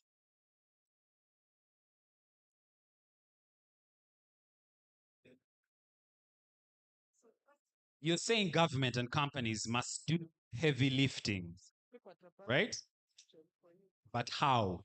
What's the very first step they could take tomorrow? I'm going to repeat that. You're saying government and companies must do the heavy lifting, but how? What's the very first step they could take tomorrow? Oh, Josh. First, we really need to apologize. We were not facing the screen. Okay. Team, I think we should just cross this side just to make it make sense. Okay. Let me move with my less is Okay. many. Okay. My less people come this side. Oh. I actually think it's better if I stand here so that I can see what's going on the screen. Okay. So, my people, government and big employers should provide structured jobs for us. Part A, youth create their own jobs through entrepreneurship and innovation. Even if we remain two, we will debate. Even if it is one, we will debate. Okay? So, Divine, how much time do these people have? 1 minute for every debater. We are going to do it randomly. We do not have that the person next to me should start. But if you want, you can start. No problem. Okay, so tell us, how can the young people do this? And tell us, what is the actual plan? Thank you. It's a good afternoon to everyone. The time starts now. Okay, I'll be very brief. I believe that as young people, we can create our own jobs through entrepreneurship and innovation. Basically, the plan, as you asked, is we can take advantage of all the opportunities that have been actually provided to us as young people. During the commissioner's address, he mentioned a lot of things that we could take advantage of as young people. You realize that we even have a 2-year tax holiday as young people. If you actually set up your own business in this very country of ours and you take advantage of this, you can create something that will even employ other young people. And then two, the economy has been liberalized. Like everyone is free to start something they feel proud of doing and they are able to do. So there is no way we are going to actually push the burden to the government to always provide for us, yet everything has been put and set for us. And then three, there is even a plan still by the government that actually leads this country to invest in innovation.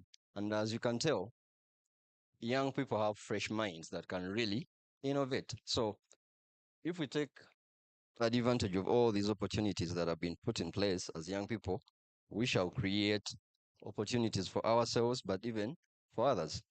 Thank you.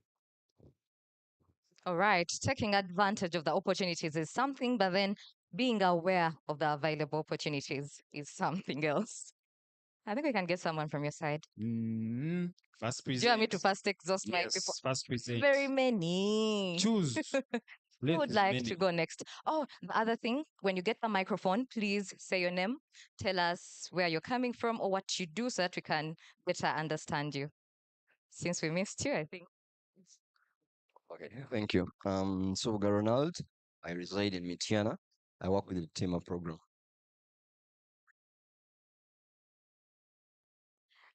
The previous speaker has exhausted some of my points. So for me, I want to talk about the real life experiences. My name is Tebohare Tiake.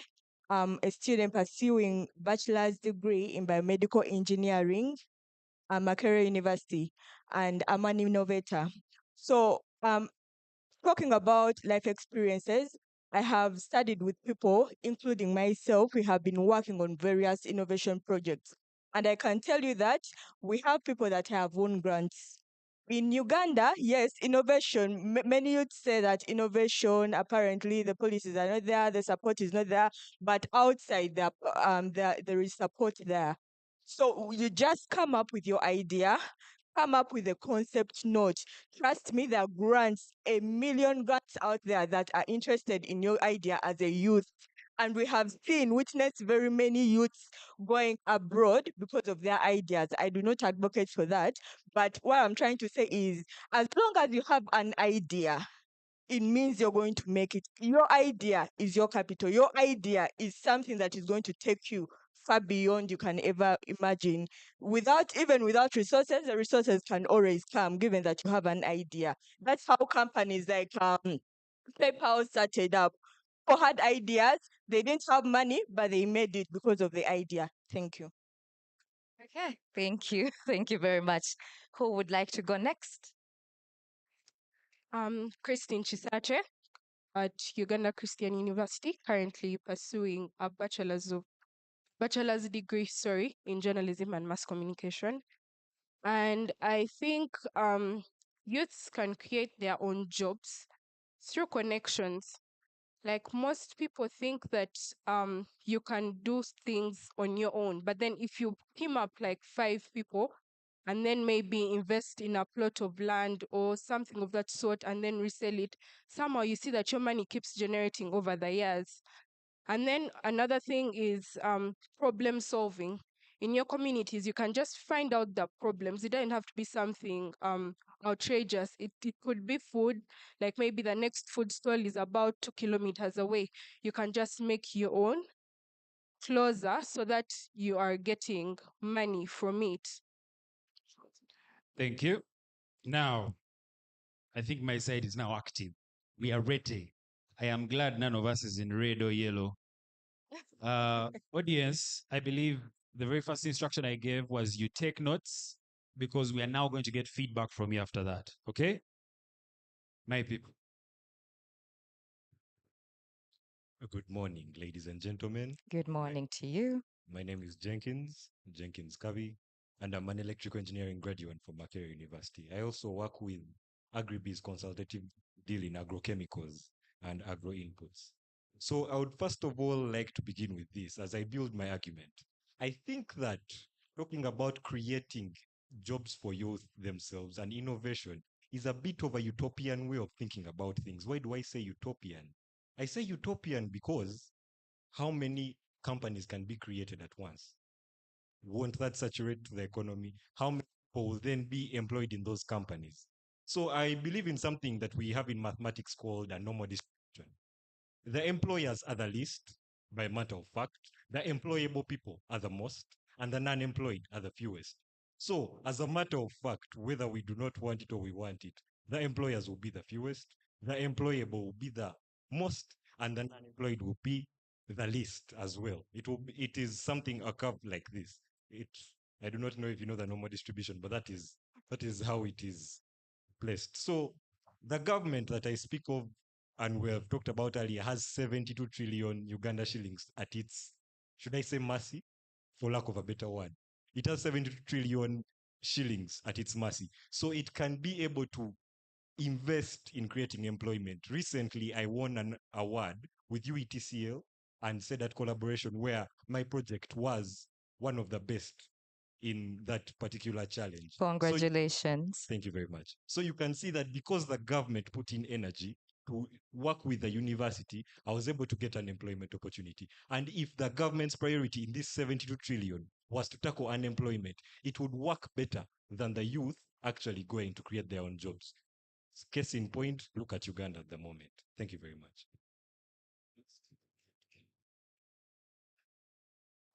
Good morning once again. My name is Kawere Thomas Mugwanya. Just finished my bachelor's in chemical engineering and processing, and I am a youth innovator because for my final year project, I think I developed a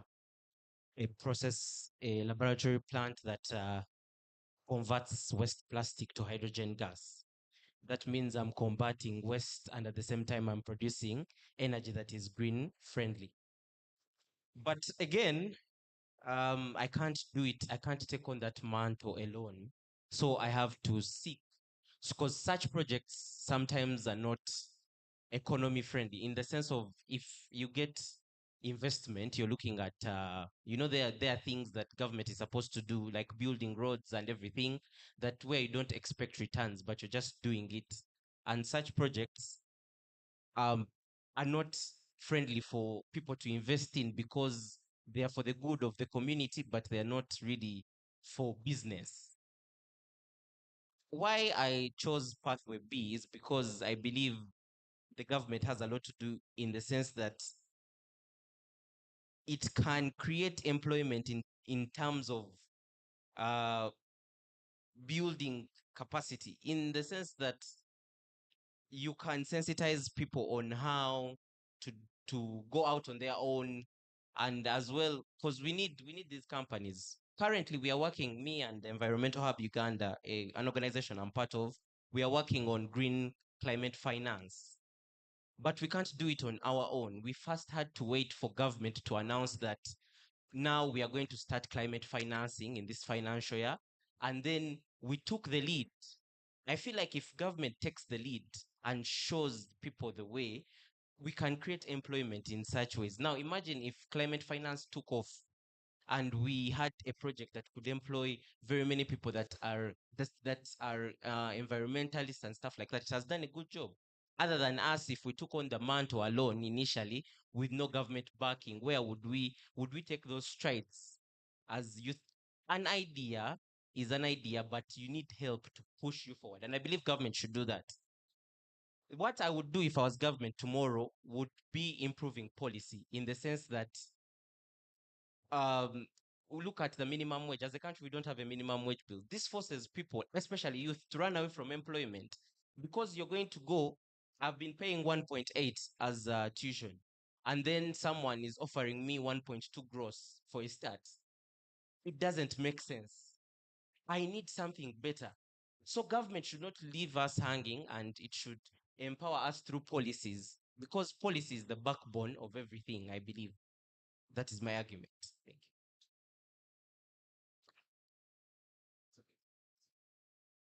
you. Good afternoon, everyone. I'm Justin Chirabo Safari. I'm a law student at KIU and population students at Makere, and I'm with SEPA.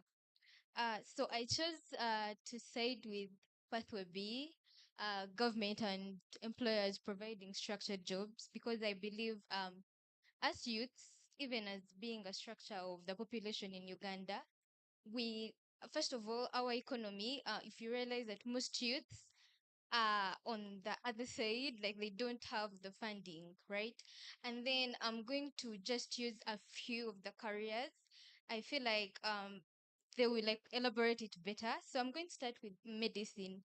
When we say that youth create their own jobs through entrepreneurship and innovation, we forget about certain can I say careers that even if you wanted to invest, you need at a certain point to be employed, right? We cannot start saying that every doctor should have a hospital, right?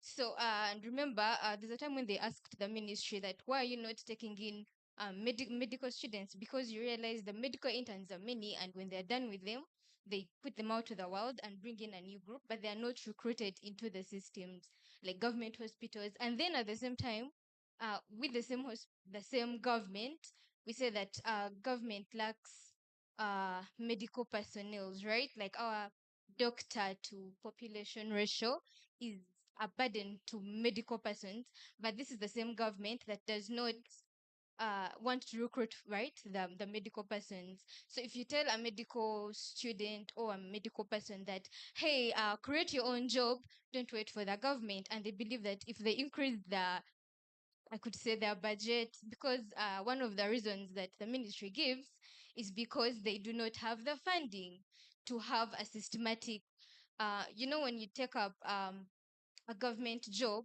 they have to plan to pay you systematically, right? So they do not have the funding. So I feel like they do not prioritize right? Not prioritizing certain careers that are actually they don't have enough persons, and the persons that would have taken up these jobs, they're actually there. So I believe that government working with big employers will help. This is in regard to investment and like adjusting our budget to create employment for the youths, right? And then another thing is on our education structure, because I believe that one of the reasons why with the youths I unemployed is according to the courses that we take. Some courses I don't want to say seem irrelevant, but you would do a certain course and then realize the job market does not take you in. Maybe because of the skills that they need and you do not have them. So imagine if the Ministry of Health adjusted to how we learn, how they teach us, being more practical. In them doing that, by the time I'm leaving the university, I can create my own job. But that is the ministry or the government helping me, guiding me to that, right? We are in one of the speakers said that Uganda or Africa as a continent, we have a problem of producing for yesterday. We produce today for yesterday. Like we're always time lagging behind. You can imagine if I'm going to say we are in an AI ICT world, but most of our courses, even at the university, they don't teach us. They don't delve into that, and then you go into the working environment, and it's a demand, and you do not have it. So I think adjusting our education structure would be one of the ways that the government and the big employer, partly the government, would provide structured jobs. Thank you so Right. much. Now let's take you to the rest of the room. Let's take you to the rest of the room. You guys have been taking notes. Does anyone have a sharp question for anyone from that two sides?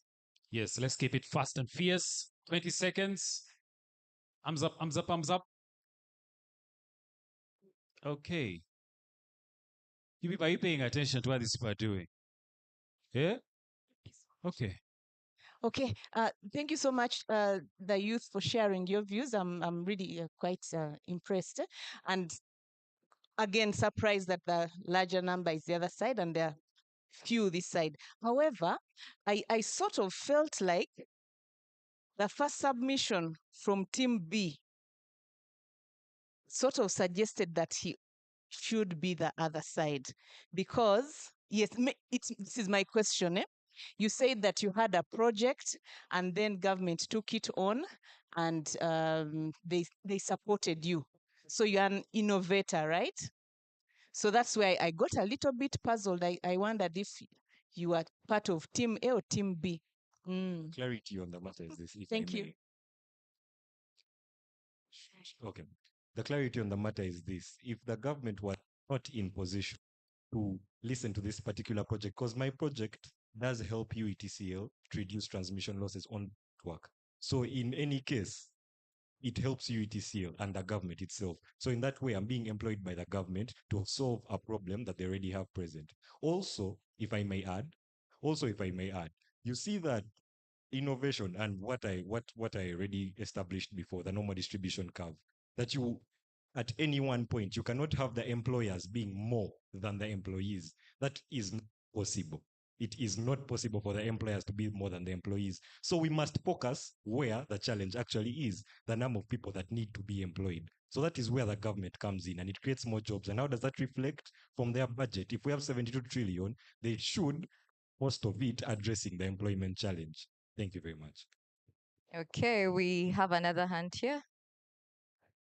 But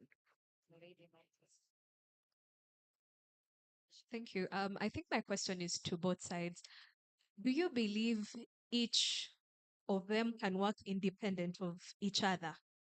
If we're speaking of youth create jobs and then we are speaking of government, do you think the two should work independent of each other, or they should work collaboratively to create a solution? It's just a question for you to think about in your argument. okay, and the last question. Okay, we're going to have two more.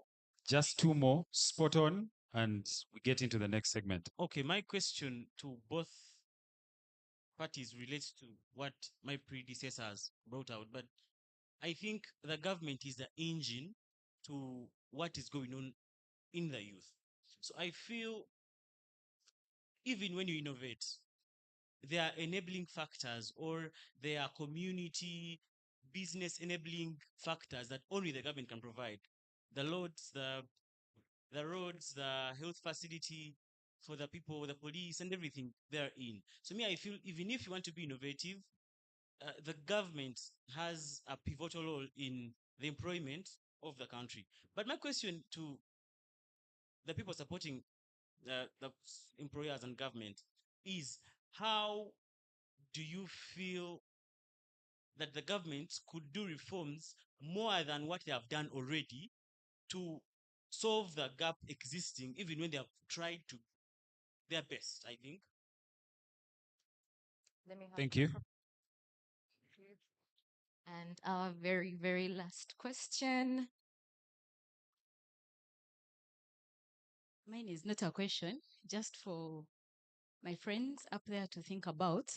I think as we are submitting, let's also first understand and define in our heads what innovation is and what a structured job is. I think there's a bit of from the submissions, I keep hearing someone starts as if they want to innovate, but then as if they want a structured job. So we also need, let's have that at the back of our mind. What is innovation and what is government providing you with a structured job? Then we'll be able to understand which side we want to fall on. Thank you. Right. Thank you so much. Now it's time for us to stop debating and we start solving. So for each pathways, we are going to give you 1 minute, seconds. Give them a minute. We're going to give you one minute. According to what you have been discussing, we want you to discuss as a group and you come up with one solution. Okay, same challenge, one action, very realistic, powerful. Okay, what is your move? Discuss as a group, and then one of you will just step up and tell us what you've come up with. DJ, you can give us some music.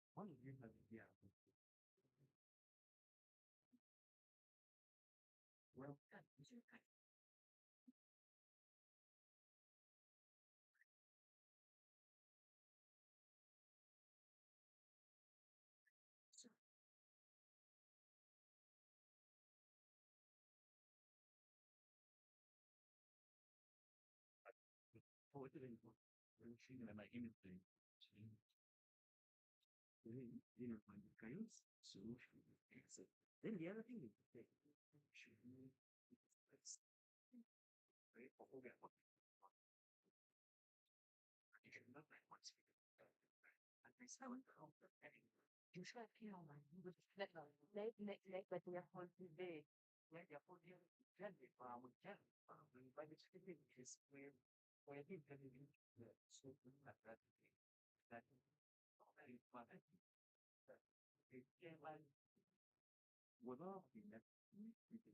to bring a solution, but you know I'm gonna have to team.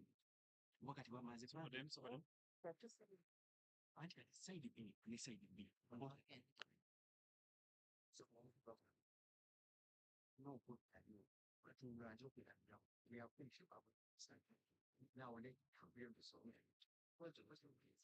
that urgent is how you solve this.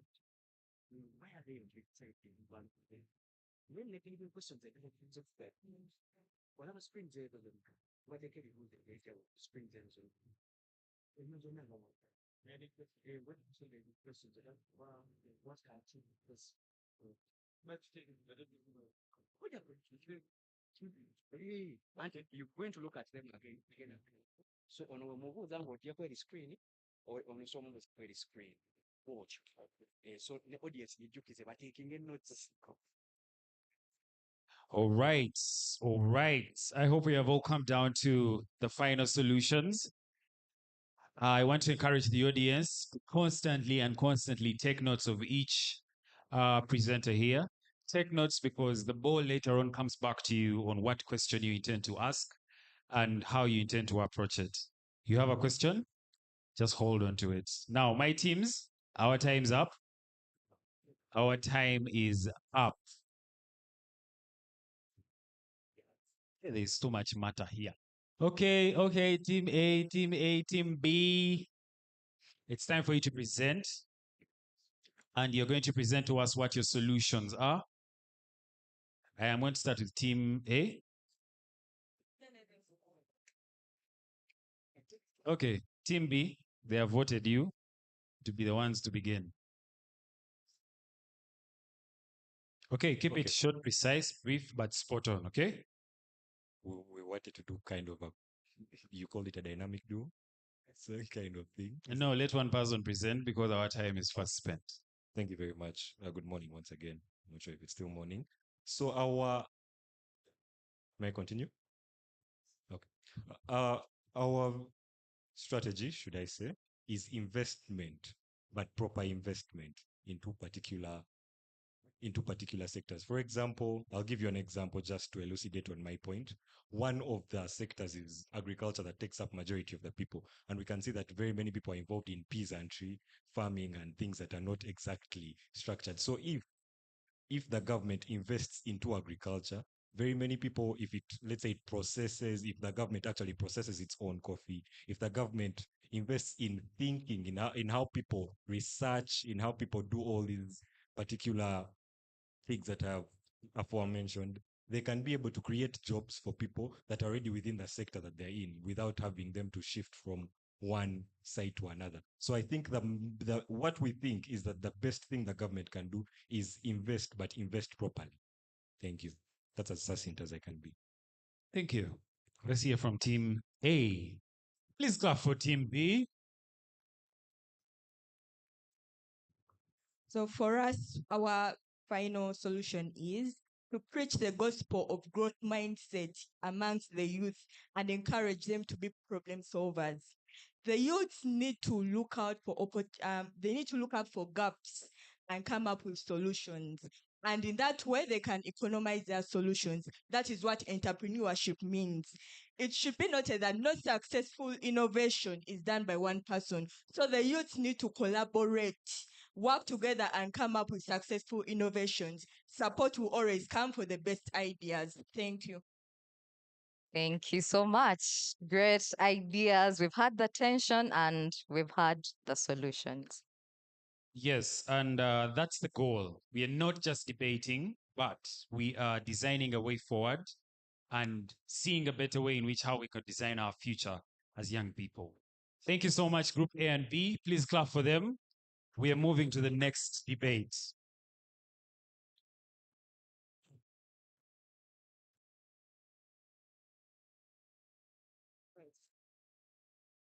Table 2, are you ready? Table 2, are you ready? Table 2, are you ready? Oh, we go to table 4 first. Are you people ready? Yeah, we start from here or anywhere. Now we are going to go in order. We organize people. Ladies and gentlemen, for table 2, your debate or the motion to your debate is cost of living. Okay? Divine. Every border ride, every meal, and every rent bill. The cost of living is crushing young people harder and harder than any other group in Uganda. So, what's the fix? Do we hustle harder or we outsmart inflation? Pathway A. Must government step in with systematic reforms? I beg your pardon. Do we hustle harder and outsmart inflation? That is pathway A. Or must government step in with systematic reforms? I'm going to repeat that. Pathway A, do we hustle harder and outsmart inflation? Pathway B, must government step in with systematic reforms? Divine. Now it's time for you to stand up, then come, choose your side. We shall have the sides on the screen very soon, but for now, let us imagine. Which side is this going to be? I'm thinking this is going to be pathway A. The people who say that should we hustle harder and outsmart inflation? Should we outsmart the government? Should we show them what we got? Should we show them that, we're waiting for the screens so that table 2, please stand up. And while you choose your respective sides, I want to encourage the people on the other end who are listening in, especially the audience, please take notes. Please take notes because we throw the ball back at you and we expect that you'll have some feedback. Someone had a question here. I don't know whether he still stands.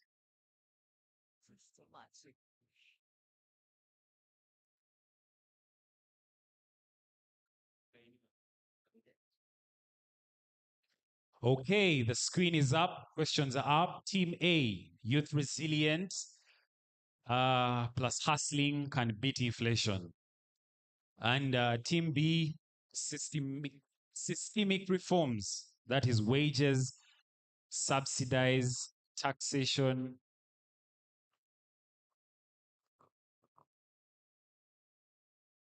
Okay, we are going to do that one more time. Young people can navigate the cost of living. Young people can navigate the cost of living crisis through creativity, side hustles, and community support systems. That is Team A. Are we in?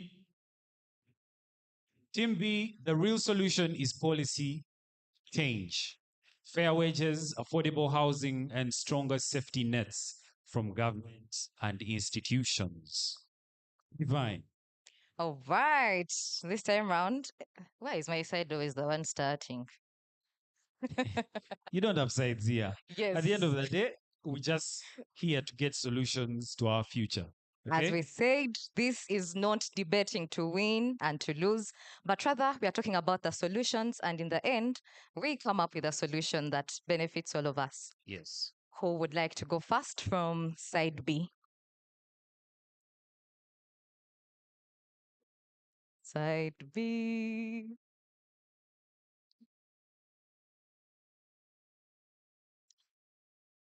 You want to go first? Okay. You first introduce yourself, tell us what you do, and. Okay. Hello, everyone. My name is Laura Nagaba. I'm a UCU student pursuing journalism. Okay. I support side B, the, that states the real solution is policy change, fair wages, affordable housing, and stronger safety nets from government and institutions. Well, we might have like the hustle in us and we might like hustle it out, but then it all starts with the systems that the government puts in place is what helps us. Now, let me give you a very clear and simple example. let's say now a border rider who is hustling every single day. But if the prices of fuel continue rising, wouldn't that be a bit challenging for him? So it still goes back to systems, the systems the government puts in place. For example, the fair wages, the taxes put in place. We all know that there is, okay, not really riots, but shops are closed in town, especially downtown. People are complaining about the taxes themselves, that the taxes are becoming too much. It means now if they are selling their commodities, their goods, it's going to increase. And us, the people who are buying, or you guys, are going to complain and are not going to get any way out of it. So it starts with the system. The systems that the government puts in place will at least help support the hustle. Yes. So I feel like it's systems first, then the hustle comes after. Okay, side B, remember you are answering how exactly should the government intervene? If you had one policy to demand, what would it be? So that's what you're explaining to us. I think no matter how hard you hustle, systems outwit the hustle. I'm Moses Ijiraneza, a climate change researcher at Makerere. So all I'm saying is that first of all, in the hustle, in the entire economy, I think taxation policy should be revised. Because I mean, even today we are having strikes in town and everything, all beating to the taxation policy. So no matter how hard you want to hustle, the government has to come in place to do reforms in the taxation policy, in the safety and urban policies, all to make hustle favorable for the people. I submit. Okay, please proceed. Hello, everyone. I'm by the name Zeria Mhozi, pursuing a Bachelor's of Law at Kampala International University. I'm on side B, supporting on the government systems. We are all rotating around the same point. The only way government can control this to change the crisis in costs of living is through fiscal policy. Fiscal policy is the way government controls its funds and taxation to reduce the spending and funding of the country. For example, like there are two types of fiscal policy. That's expansionary. That's when the economy is too weak. For example, in Uganda, you can't say the economy is too weak because that's why you still say the rich are rich, the poor are poor. So we are still running a confused economy. So they should take on both fiscal policies, expansionary, where they will do it, where the government increases spending on infrastructure, schools, hospitals, and reduces on the taxes. Then on the other side, to reduce the other problem, you always say people are the ones who are rich. They will introduce the contractional fiscal policy.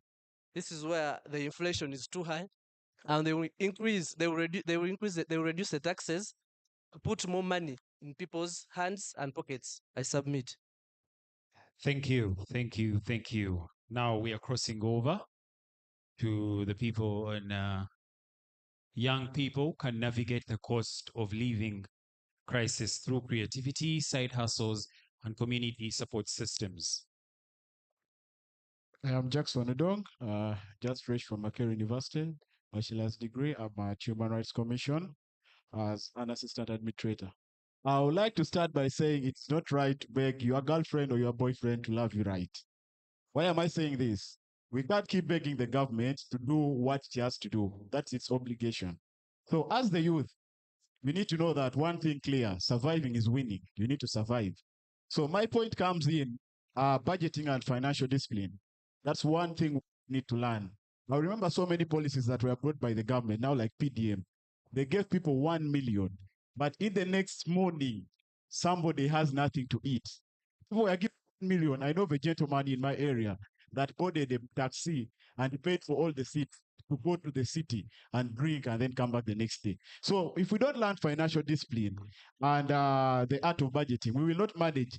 If you think the money you're earning is less, then don't stay in Muyenga, go stay in Nansana. You get, instead of going for a KFC or something, go eat the local chicken at 3,000. You get, we should need to learn one thing of surviving. It is how we are surviving on expected income as the youths in Uganda. I beg to submit. Hello, my name is Dara Asimwe. I work with Nalo. I'm on the side of young people can navigate. One, I do agree with the words he said. I say adaptability and control. Get your financial control in order. Individuals can take immediate action instead of waiting for slow policy changes. Also, systems can lag behind. Adapting is survival. You cannot always say government at Tuyambe. You need to work hard for yourself. Do something for yourself. Also, reforms take time. It can also breed dependency on the government, and we do not want to create laziness because every time you're depending on the government to help you, what are you doing for yourself? And even though the government helps you, you will just receive the same thing as the next person. You're not building yourself to either become richer or do something for yourself. Yeah, that's my point. Good afternoon. My name is Caleb Deja, student at Kampala International University.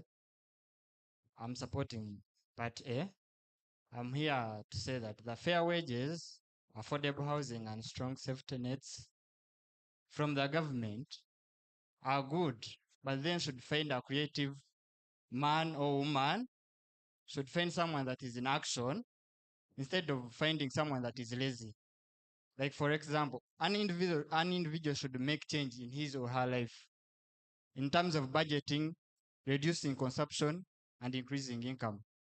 Investing wisely. I have my friends there outside that they take it investing wisely, giving an Arsenal match a chance to win, putting 500 shillings that it will win, and expecting to get 1 million. That's not investing wisely. That is betting, giving a chance. So you find someone, one of them maybe is this side, waiting for the government to help. So how will you, after Arsenal losing, then how will the government intervene, change your life? That's what I can say. Good afternoon. My name is Ovin Gwajil Alan, student at KIU, pursuing a bachelor's degree in information technology. My point is on managing expenses. Guys, let's try to live our life. Here, I will start with let me talk about transportation. I think we should always try hard to use public means than private means, because using private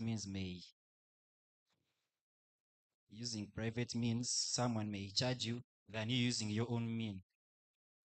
Another point is about like spending vagantly or extravagantly. So I think me remaining at home and cooking my own meal is better than me going to such an expensive restaurant where they will charge me high costs, hence reducing my income. Here's my case. Thank you so much. Team A is very strong on cut down on expenses. Please clap for these people. Now, I want to give the ball back to the audience. I hope each of you have been taking notes. Oh, I see the hands are increasing today. Let's start with table 4. Table 3. Apologies. Yeah, so I think the confusion with team A is that people already have the money and they're not spending it wisely. The bigger problem here is that people don't actually have that money you're telling them to spend wisely. So I expected that while they were talking, they'd probably give us examples of what actual hustles can someone do to survive in this economy we are in. And also not just look at surviving, which is mediocrity itself, but look at the ability for people to start families, to take your kids to Kampala Primary, KPS, and all those schools on hustles. We think that's very difficult without government intervention and without reforms being in place. Thank you. So is government too slow? Is government too slow, or hustling is just for survival? I think hustling is just survival mechanism. For people that really want to thrive, we have to bench on government to put in place measures for us to be able to have a lot of money for us to to thrive. Thank you. Thank you. Pascal? Thank you so much. As you all know, my name is Pascal. So, first,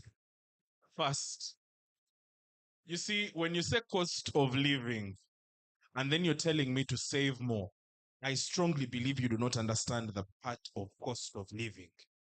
Whether I save more or less should not balance with the cost of living. The cost of living should balance with the opportunities for me to make the money to afford whatever the rate of cost of living is. Case in point, the cost of living in the US is higher than the cost of living in Uganda. But a Ugandan will prefer to go to the US because the opportunities to make the money that will enable them to survive in that situation are there. That is why we are saying we need the government to create a suitable environment for them to come up with the opportunity, for them to grow. You're not going to tell me to open up a kiosk and you're having a dusty road. I will not get customers. You will not subsidize a Chinese man to import something at 2,000 Uganda shillings and expect me, who you're not subsidizing, to sell at the same price as he is. Automatically, I am not going to make more money than he is, and the cost of living will affect me more than it is affecting him, which is what go to the big hotels may still speak. You will find tourists and government officials because the nation is not supporting its people to afford these things. Thank you, Pascal. Let me have the next person. I have one last person. Thank you so much for the opportunity granted. So my question goes to my leader in front there. He told us that if you cannot afford renting in Muyenga, then go to Nansana. My elder, what if the job you are working at is in Muyenga and you are earning around 300? What is the rent of Muyenga? And then if you live to Nansana for a low price of rent, how will you manage the transport coming from Nansana to Muyenga?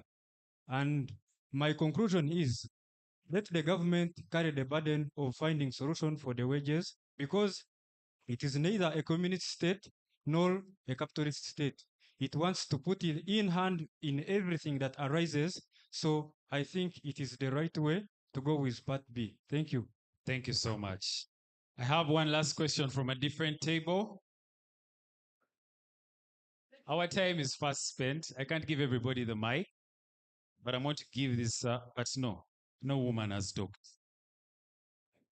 I need to balance this.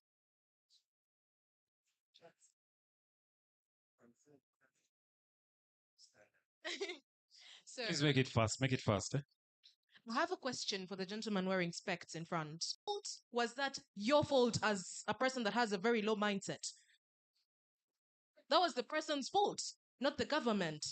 So, either way, whether we move this way or that way, we'll end up going back to the government. They create the wages. They do everything, basically, even though we do not accept it. So, please answer my question. Whose problem was it? Divine, help me give that gentleman a mic. And yes, thank you. Just a minute. As we round up your response, I'm going to request Divine to lead the rest of the team through the solutions segment, okay? Please respond to these people very fast. I'll start with her. She started by saying, was it the person's fault or the government's fault? And she concluded saying it was the fault of the person. So why are you again saying we should run to the government, yet it is your fault? You're broken your own leg. It's your own fault. So learn the discipline of using the money. The government has given you the money. Learn the discipline of using the money. I beg that you should learn. We are not trying to teach you guys to be stingy. And as well, someone said they don't have the money. Someone that is earning 300,000 can't survive in this country. As the government is trying to bring the strategies, the government is trying to bring the strategies. America didn't just become a state in one day. There were days when people were earning less and they survived until the government brought that. So before the government comes, let's survive. Thank you. Okay. All right. If we keep having crossfires, we will not end. Divide. All right, so this time round, we want the two teams to come together as one because what we are discussing is one thing, yeah? I want the two teams to come together as one and then come up with one solution that you feel like we should all go with. So it's okay. You guys can mingle, talk about the Yes, solution, you have and 3 minutes. 3 minutes. Okay? 3 minutes. Please mix up and come up with one solution and have one person present it.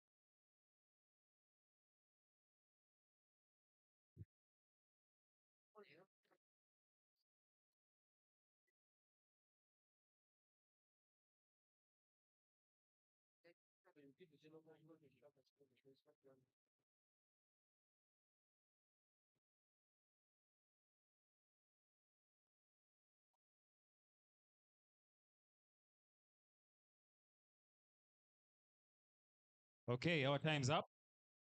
Our time's up. Let's give these people attention. Who is the person presenting on behalf of the presenters? Yes. Okay, once again, good afternoon. So, to draw a conclusion, both of us were on the same point, but we have to put that spirited fight between us two to get the real side. So, an individual, you can hustle, but hustle has to be in collaboration with the government. You can't make it a personal hustle. So, drawing to his point, government, before issuing out the PDM money, all that money that gives out, it should first sensitize people, educate them, create facilities and favorable conditions like nice infrastructure, lower the taxes, make nice roads for the hustles to be smooth. I beg to submit. Thank you so much. Is that all? Yes. Please clap for this team. You people, can you clap? Hey. How do people speak with all this energy and you don't clap? thank you so much. Thank you so much, Table 2. I want to make this also very important that you people go via our social media pages, follow, like, and engage on the Twaweza page that is on Twitter, same as Switch Africa Media Challenge Initiative. We are streaming live, and those of you who are in the room with us today, please ensure that you share the link of the live to your friends that are watching all over the world. Divine. Almost half of Uganda's youth are out of school, out of work, and out of training. Now, some people suggest that the solution to fix this could be fixing our education system so that it can give them the necessary skills to take on the jobs that are available at this time. However, another group suggests that the solution is way outside class. They suggest that the solution lies within skills, apprenticeships, and the forms of trainings that these young people can get. But now the question is, where should we focus? Debate number 3 is going to be talking about education to work gap. Table number 3. Pathway A. How would you reform education? Be specific. What subject what skill, and what teacher training? I'm going to repeat that. How would you reform education? Be very specific. What subject, what skill, what teacher training? The screen has displayed it. Pathway A, reform education for today's economy. And pathway B, build alternative skills pathways outside school.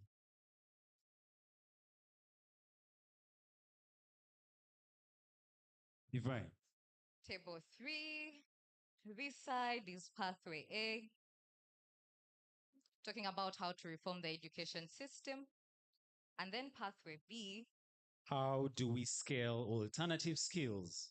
Who delivers them? How do we reach millions outside school?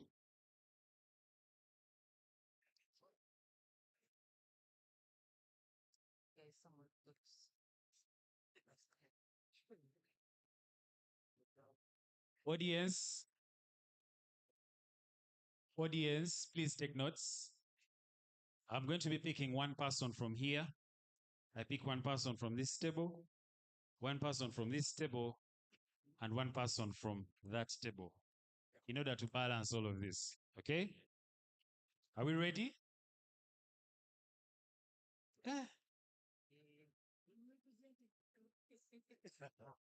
Someone says they're representing the girls. Okay. You have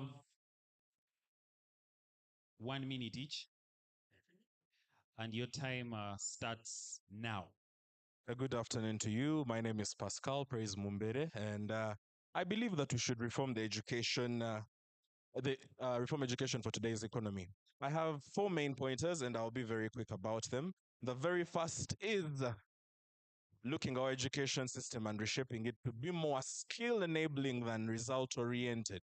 Even with the new curriculum, we still have students being graded and evaluated according to how they perform in class, according to what they can do in class, not what they can actually do, which is what is happening out there when we are being hired.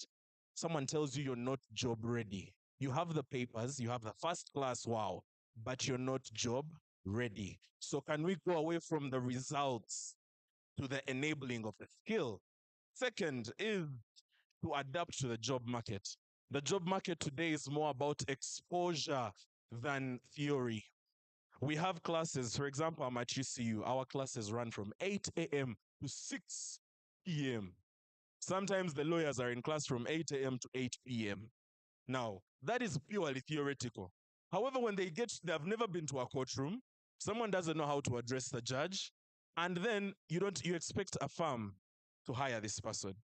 It is impossible. That is a very big education work gap. What you're teaching them in class is not, they're not getting time to apply that. How about we do it like they do it in the Netherlands? Class starts at 9, by 3 p.m. they are done, and someone is already in the field out there trying on their own. That would be quite the help. The other part is the irrelevant curriculum. I would like to commend the government for trying their best to change the curriculum. But even in their teachings now, they are still jumping back to the old one. How about we look at the subjects? There are subjects that are being killed. History. People are being discouraged from doing it. Why? Oh God, science is the way to go. But science without ideology in the roots does not make sense, which is how we are ending up with the misuse of computers. People look only at innovation, they do not look at where they are coming from and why we innovate, which is why we have to look at even things like history, psychology, and behavioral psychology. Finally, we have to look at embracing political education. Whatever we do boils down back to the policy makers. We have to incorporate political education back, because this way we can decide, we can discern and look at which leaders to choose and which leaders not to choose, because we understand how politics works. Someone will not come and lie to me here that NDP, whatever, things I'm not understanding, because I don't understand politics. Thank you so much. You're welcome. Next speaker. Thank you so much. I'm Aaron Abel. pursuing bachelor's degree in law at KIU, and I'm in my second year. So, particularly this side, just only to put a few points. We need to reform the education. For example, if I'm to ask what was the role of A-level in my lifestyle, the only thing I regret is joining A-level. I'm sorry. Now, we started in science, we started cell division, but again, at A-level, they are expanding it in science. So what is the role of putting A-level? You spend a lot of money, you spend time doing all that stuff. And after all, you come at the university still doing the same things. Those are almost 15 years. So that gap between you end up ending campus when you're 25 years, you're already old, but go to developed countries, people at 25 years are already driving, they have homes. But we, the youth, at 25 years, you are still young economic wise. Then number two, at campus, we go for 4 years for bachelor's degree in law. After then, you go to LDC. Again, you study the same things for you to participate in the court. What all that time? Why is it spent all that time? Why don't we do it once in 4 years? We are at a campus for that gap for the 1 year at the LDC to be saved. Thank you so much. Let's have the next speaker. Thank you very much. I am Tamale Nkoyo, your fourth year law student from Uganda Christian University, and I'm here for reform education for today's economy. I think there is a calculated move by the elders, keep us in schools so that they can reduce the competition. Yes, today, the legal brain sat, and in their view, they see that to reduce the pressure that they have today is doing away with the LDC system and then introduce, I think, a level of the law course that after your 4 years, then you have to do other 2 years of studying, not practical in any way.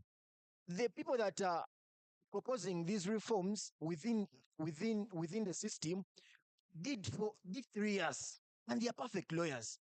What then are you pushing that one must study for 8 years, 7 years, 20 for them to get to the dream? Now, what's our view? There should be a reform chosen, and government should look into the interest of the people. Why is a kid in Vamnanika deep down in Uwezo growing mangoes being forced into an idea of Makerere University? It doesn't have it and he has not seen it. Introduce coffee growing, pineapple, how to look up after that, so that he grows knowing they can benefit and they can have a life besides the classroom. Here, people graduate. Even after graduating, all you can do, open up a mobile money kiosk, open up a boutique, your bachelor's hold, all you can say is Nasoma, but your education is not adding anything because all you did was to carry notes, do coursework, and Okay. Thank you. Let me have her as the last speaker. Yes. Thank you very much. I'm Abisagi Narada from Makerere University. Louder. I'm Abisagi Narada from Makerere University, doing journalism and communication. Looking at the reforms, yes, the government has tried to put in place reforms, but what's lacking?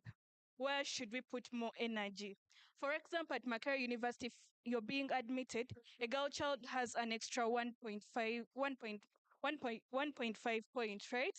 But you're leaving behind the boy child. You look at the statistics of 5 years back from Makerere University. If you compare it to the number of females and males trying to graduate out of school, you realize that the girls are like the rates of females graduating out of Makerere is higher for the 5 past years, and the boy child is being left behind. Yes, the policies are in place, but what about inaction? Implementation is at a very low pace. You'll find that they are putting up reforms to help orphans to come up into the university. But if you follow up, there is nothing. No one is benefiting out of this. You get. So I think it's all about implementation. Implementation is very, very poor. Thank you. Let me have the team B.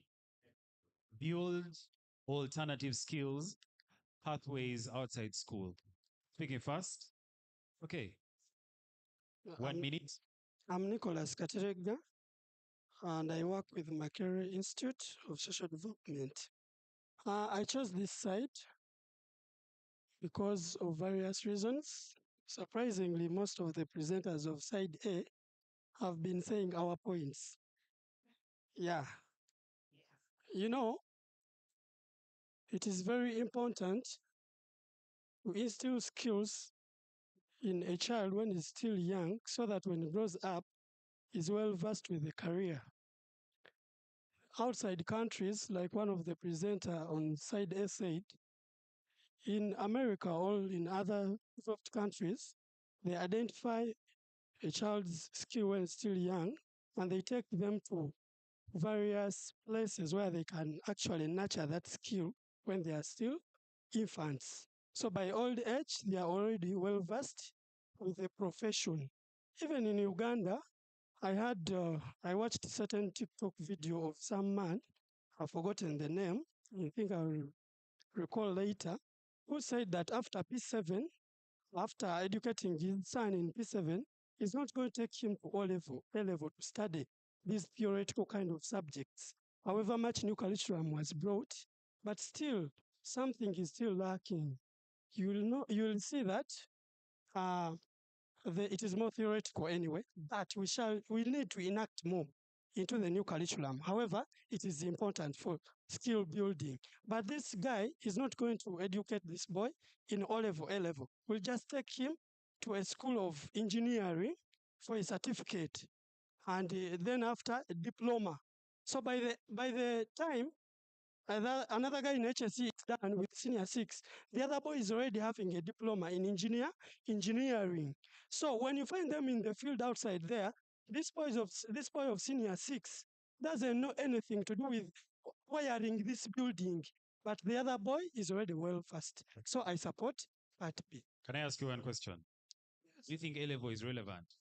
A level, according to Uganda today, it is not relevant, but skill building is more relevant. Thank you.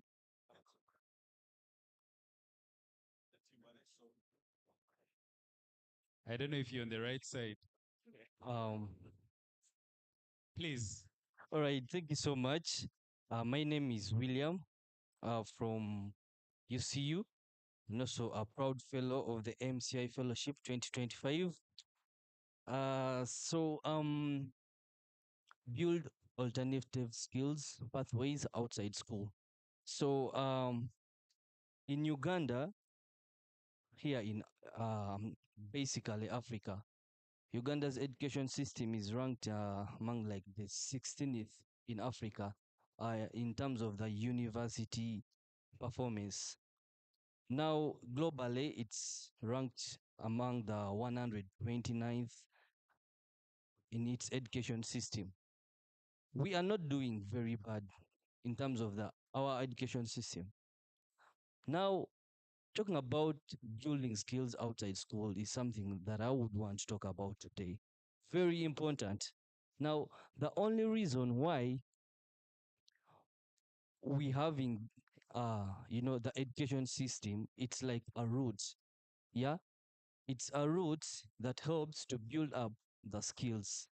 Now, the skills is something that is very important in that it helps us to be able to be very productive and understand what we do.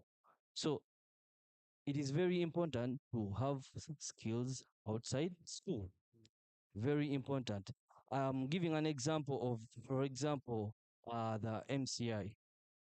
When I joined the fellowship, I'm able to gain like a lot of skills that I was not able to get it from school. So this is not part of school, but it is an organization that is outside school. But I'm able to gather skills. So if this is something that is embraced and is done like all over the country, it can be something that will be very, very helpful. So that's what I have to say. Thank you. Thank you. I need one last speaker. One last speaker. Okay, many thanks. My name is Gerard Akanjka from the Law School of KIU. I'll be too brief, don't mind. Uh, Looking about building alternative skills pathways outside school, you realize that not everyone can afford going to university or maybe undergo the formal education. But like the Latin maxim goes, nemo dat quod non habet, meaning that you cannot give what you do not have. So we need to equip our colleagues outside there who have not gone through the formal education. We equip them with a skill. For instance, there's no university in Uganda or maybe or wherever that gives a bachelor's degree in live band management, for instance. But these people outside there are making money.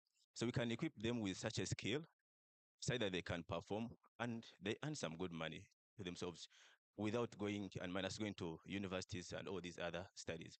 There's also maybe hiring an MC here in Kampala. It's also very costly. And there's nowhere you're going to learn that procedure in Uganda, especially for Luganda ceremonies. And you become the MC. So these people here are still wielding monopoly over that knowledge. And so we need to give a skill to some people. They can speak, they're outside there, and they have not gone to schools. So we can alternatively equip people with such skills outside formal education, and they can earn a lot of money. Once again, many thanks. Thank you. All right. Audience, ball is in your hands. Because of our time, I've been given a slot to 2 questions. 2 questions. I will take a boy, a male, and a female. Okay? 1 question here for a male, a female.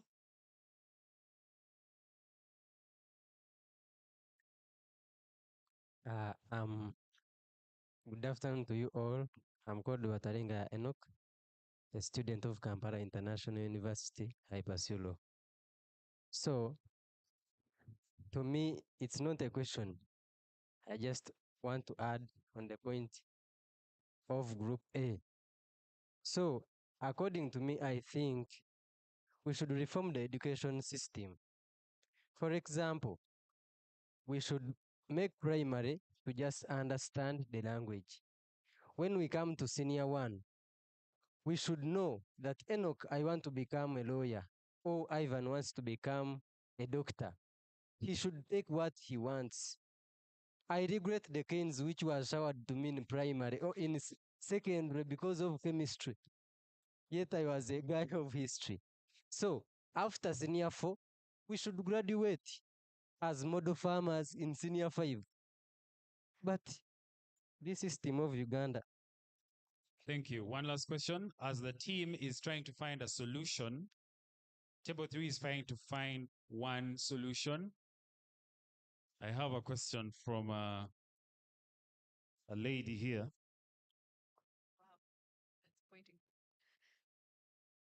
I think my question is for Team A.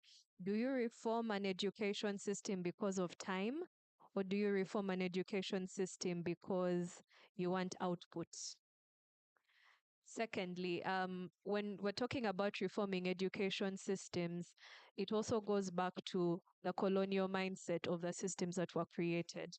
Are you creating a new education system because you're looking at the output, which is labor, which is being paid in terms of salary, which is not time-based, but it's based on you being stuck at a job? Or is it at a wage level where you are paid based on your outputs of work? Then on building alternative skills and pathways outside school, the question that I would want to ask is, how would the integration look like with the current system that you have, where if you have children studying from 8 to 5, or I think 8 to 4, not sure, it was a while since I was in school, how do you ensure that you build alternative pathways that actually make sense beyond just skilling that child, meaning creating more opportunity after imparting skills? That's the question I would put around that. Thank you so much. Now, I believe table number 3 has come up with a solution. to this general problem. Table 3.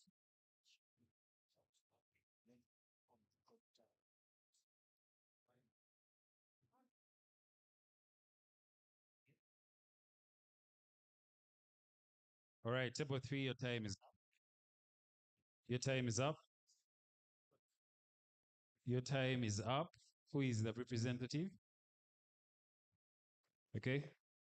Okay, thank you so much. I believe we've come up with a solution. The solution would be, in our view, that let us incorporate these skills. Let that be the reform, bringing the skills into the education system, because even the vocational schools, the schools that are for the blind, the deaf, all those alternative pathways outside, when you come down to where they are being incorporated, that's the Ministry of Education. Now, how about we scrap out what is irrelevant as a reform, and we bring these skills into the schools? So Pascal, are you saying that the time frame in which people attend classes from 8 to 5 is irrelevant? It is very relevant, but what are they doing in the 8 to 5? I will have theory from 8 to 1, go for lunch, come back, and there's an engine right there, and we are doing skill building. I'm applying the law of pressure, Pascal's law. I'm applying it by showing how I can create a tank, how I can come up with a tank that will sustain the pressure of the water. Ladies and gentlemen, please clap for table number 3.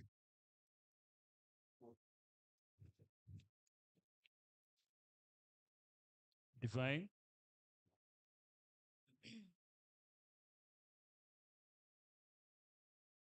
Uganda has one of the youngest populations in the whole world, and yet youth voices are often missing in the decisions that shape their future.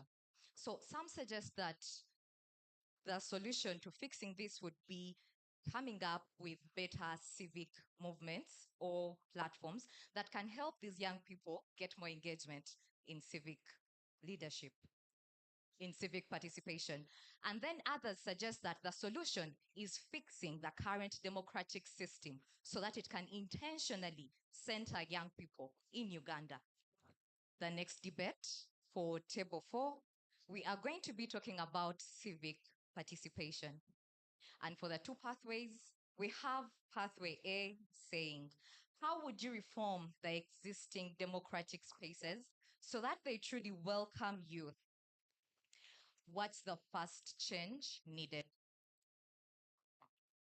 Pathway B talks about how do we ensure new civic spaces actually influence real decisions, not just create noise. Table 4, please stand up and take your sides. Okay. Table number 4. Pathway A, reform democracy so it works for youth. Pathway B, build new civic spaces and movements. Take your side. I want to encourage all of us who are watching across platforms that please go and engage on our social media pages. Retweet on Twaweza's page, that is on X, Media Challenge Initiative that is streaming this event, and continue to share this link with your other friends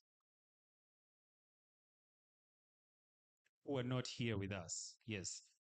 Table number 4, ready to present. Are we ready? I am going to start with side B. Side B. Okay. Who's ready to start? Please. Good afternoon. My name is Babiki Rigadi Agrico. I am a student from UCU, second year, pursuing my bachelor's degree in journalism. First of all, on side A, we should reform the democracy so it works with the youth. So it works for the youth. I work with Richer Hand Uganda. It is a space that believes in the abilities of the young people. So as a young person, I don't have to be there like I'm seated. Then I wait for the elders to have like a secret meeting. Then they come out and dictate what I am supposed to do. Mr. Mondo said 73% is a young people. So what is an elder person going to do that? No, what is an elder person going to do that is going to work on my life as a young person? We the Gen Zs are different. You feel? We the Gen Zs are different. Things that are happening these days, you can find a younger person is richer than a person that is 60 years plus. So here I say space is precisely where relevance is created. If youth do not attend and participate in civic activities, this takes the power back to the elders. So with the power going back to the elders to make the choices for the young people, the issues that they make become irrelevant because the voices that demand the relevance are absent. So therefore, I finish by saying engagement is a prerequisite for relevance, not the outcome. Thank you. Let's have the next speaker. Thank you very much. My name is Helena Nwasima. I'm a Ruminas from Makerere University waiting for graduation in Jan. I was doing journalism and communication, and apparently I work as a digital marketer for Thrive, a marketing agency, and also a publications company. When you look at reform democracy, so it works for the youth. Here I am looking at the ways in which we as the youth can be accommodated into the system. I remember last year, okay, the last time we were voting, I wasn't able to vote, but my dad was home and I asked him, why are you not going to vote? He was like, I know even if I vote, even if I don't vote, still the president will be one. The leaders will be the same. So I don't have any essence of me going to vote. So this one comes back to us as what are we going to do so that at least, okay, me as a person, how am I going to be motivated so that this time when I am going to vote, I have the spark in myself and I'm like, let me vote. I think this one comes with transparency and accountability. Let people not take results as obvious. If the electoral commission team, it should be accountable to show us if we are voting for president's aspirants, how have they been voted in each district? Because I don't want, because if this is done, if they are giving us free good accountability, we are not going to have spaces of like, but I think Katumba was supposed to be the president. If they singatebaka kwatamu. But if you have the accountability, people are going to like they're not going to suspect your transparency thing. And also sensitization. A lot of youth, I want to inform you, even at campus, I was aspiring for GRC, but we used to force people to vote. People don't want to vote. So I want the government to look at the reason as I want the government to give people the reason to vote, especially the youth. Why should I vote?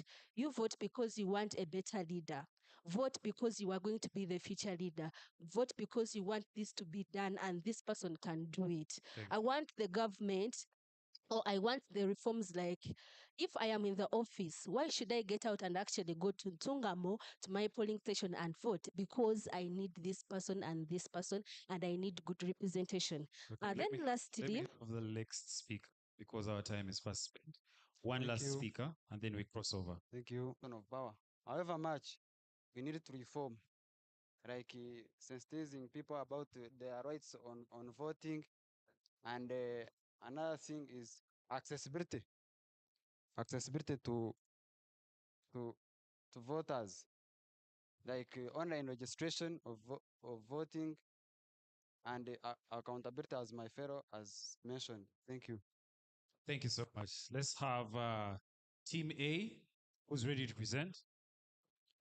My name is Nasasya Kevin, and I'm in the support of B to build new civic spaces and movements.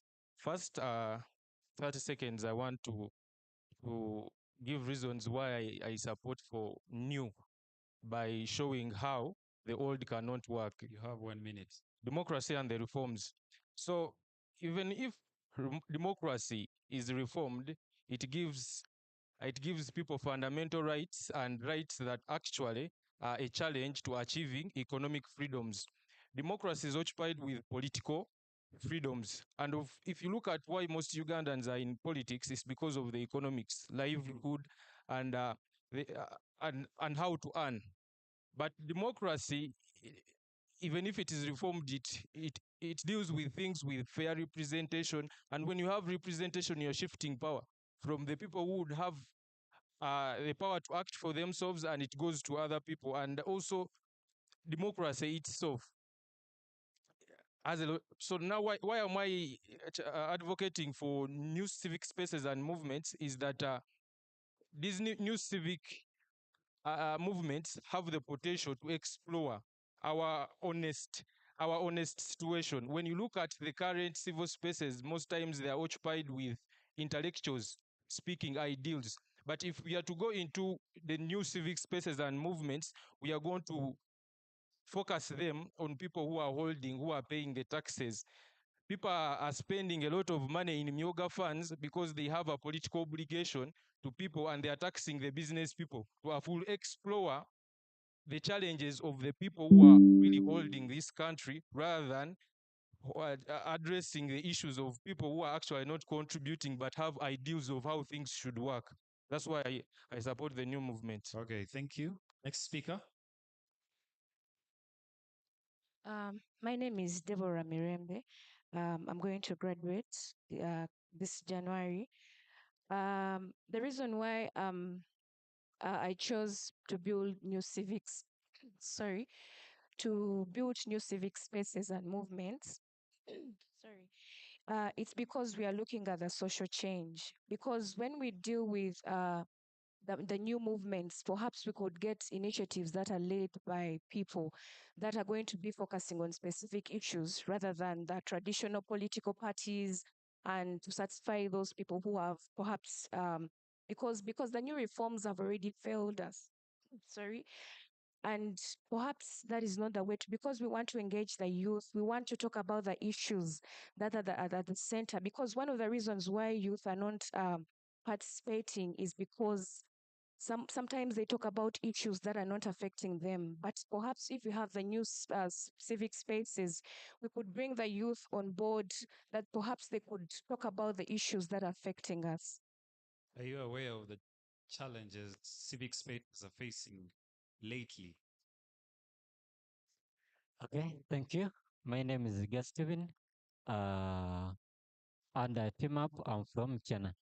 And the reason why I have chose and building new specific spaces and movement is because it's whenever you fail to come up in a certain group, there is no way how you can move a concrete movement. For instance, whenever you are in a certain party, let me have my certain party under NRM, then my colleague is under a certain party. And then we are aiming to improve a certain standard in our area. And then you find out their colleagues are very busy sprinting into different parties, hence won't help us. But what I'm concluding by saying, there is a certain deal which you can complete. Thank you. Thank you. Please clap for table 4. Please clap for table 4. Now, Divine, as you mobilize that team to find solutions or to find common ground, I'm going to get a couple of reviews from people around here. Yes. Good afternoon. Don't you think that both of these things need to move hand in hand? Because when we reform democracy, I always had a problem with the affirmative action, because I think the affirmative action is supposed to hold youth in spaces that don't actually have power.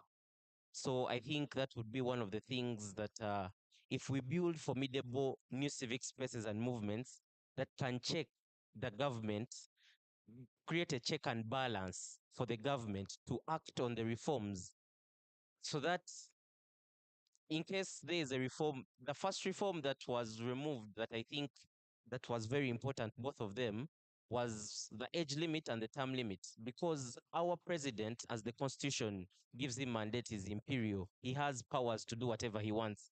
So they thought of it in the sense that if they can check him on age and term limits, then the power is limited. Can we now check the powers of the president as a reform?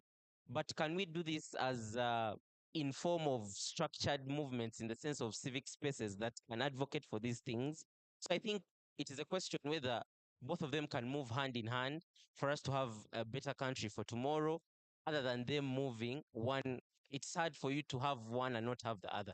So are you trying to say that civic spaces have the power to have the ability to hold power accountable? Yes, if we go into parliament and we give, and there are reforms giving civic spaces the liberty to do as they will, they can hold the government, they can create a check and balance in this country. You sure? I'm very certain. Please give her the mic. Actually have a different view on how civic spaces can help indirectly hold the checks and balances. What we know civic spaces for is they educate the masses. And when they educate the masses, these masses can rise up and hold the people in power accountable. That's it. Thank you so much. I believe table number 4 has come up with a solution. Table number 4, this is your time. This is your time to tell us what the solution for this motion should be. Good afternoon once again. So as a group 4, we have decided to reconcile these different positions as the masses are committed to reforming the democratic system. For example, empowering the parliament, having an independent judiciary. Also, new civic spaces should be opened up to reflect the challenges of other people. Because why we think this is very important, we may speak for the educated youth, but also the uneducated youth have a voice that is legitimate and can impact them. The person in the farmland understands the challenges of agriculture more than the real-time challenges is facing, rather than an educated fella who's throwing theories. So if the theory can be reconciled, if the theories in the intellectual spaces, civic spaces, can be reconciled with the different Ugandans in whatever positions they are, that would be best. Bottom line, the solution is, as we reform the existing power institutions, we should open up other institutions that reflect the challenges of the majority Ugandans. Thank you. Thank you so much. It turns out youth voices are not completely silent. They are alive in this room. Beyond the statistic isn't just a debate, it is a movement for solutions. Ladies and gentlemen, please give yourselves a big clap for the participation and for seeing and portraying these different solutions to the different challenges you face. At this juncture, I would love to welcome the host of this event, Katongole Arnold.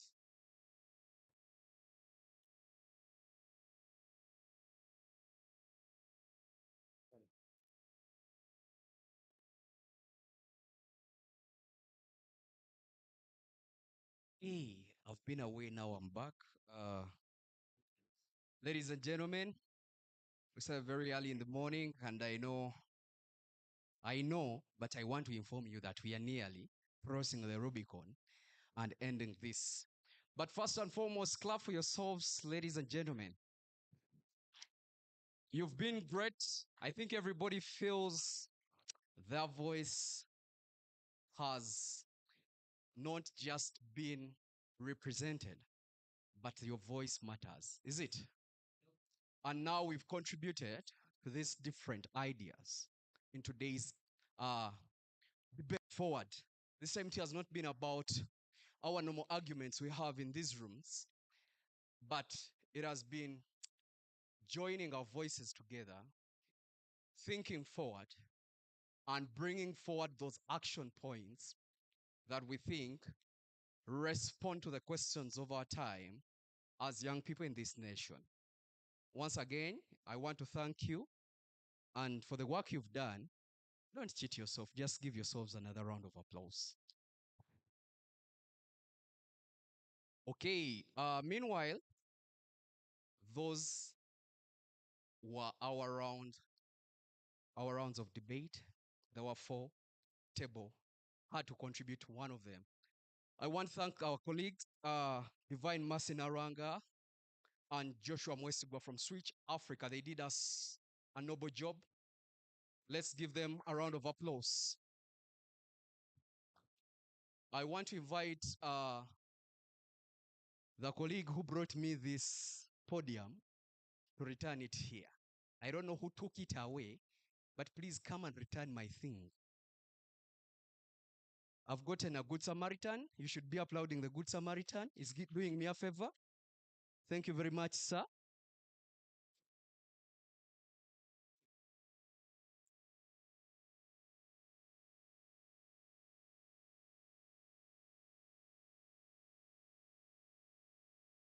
Thank you.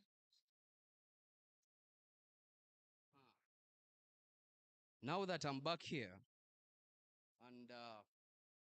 and my elements of work are before me, ladies and gentlemen, allow me to thank the partners that have made sure this happens today.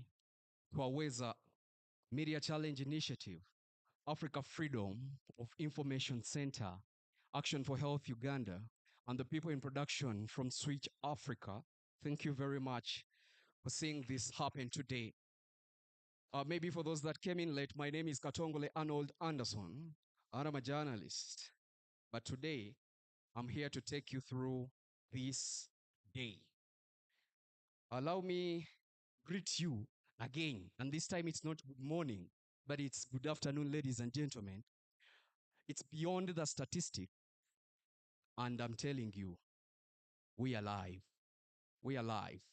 Keep the conversation going on the Twaweza page, that's on X, Media Challenge Initiative, Switch Africa, and also we are live on the YouTube channel of the Media Challenge Initiative. So, while we went to those debates, while we took notes, while we listened to one another, we had another group of experts. Pasco, we had the experts listening and taking notes. These are people that work with the different bodies, and these are people that write these big papers you see. And I'm going to accord each of them only 3 minutes of time as they give us the experts' reflections on these debates. Are we together, members? First, join me welcome Margaret Katoko, who is a Human Capital Development Officer at the National Planning Authority. Everything you see planned for us, that is the lady coming. She has exactly 3 minutes of speech. You're welcome, ma'am.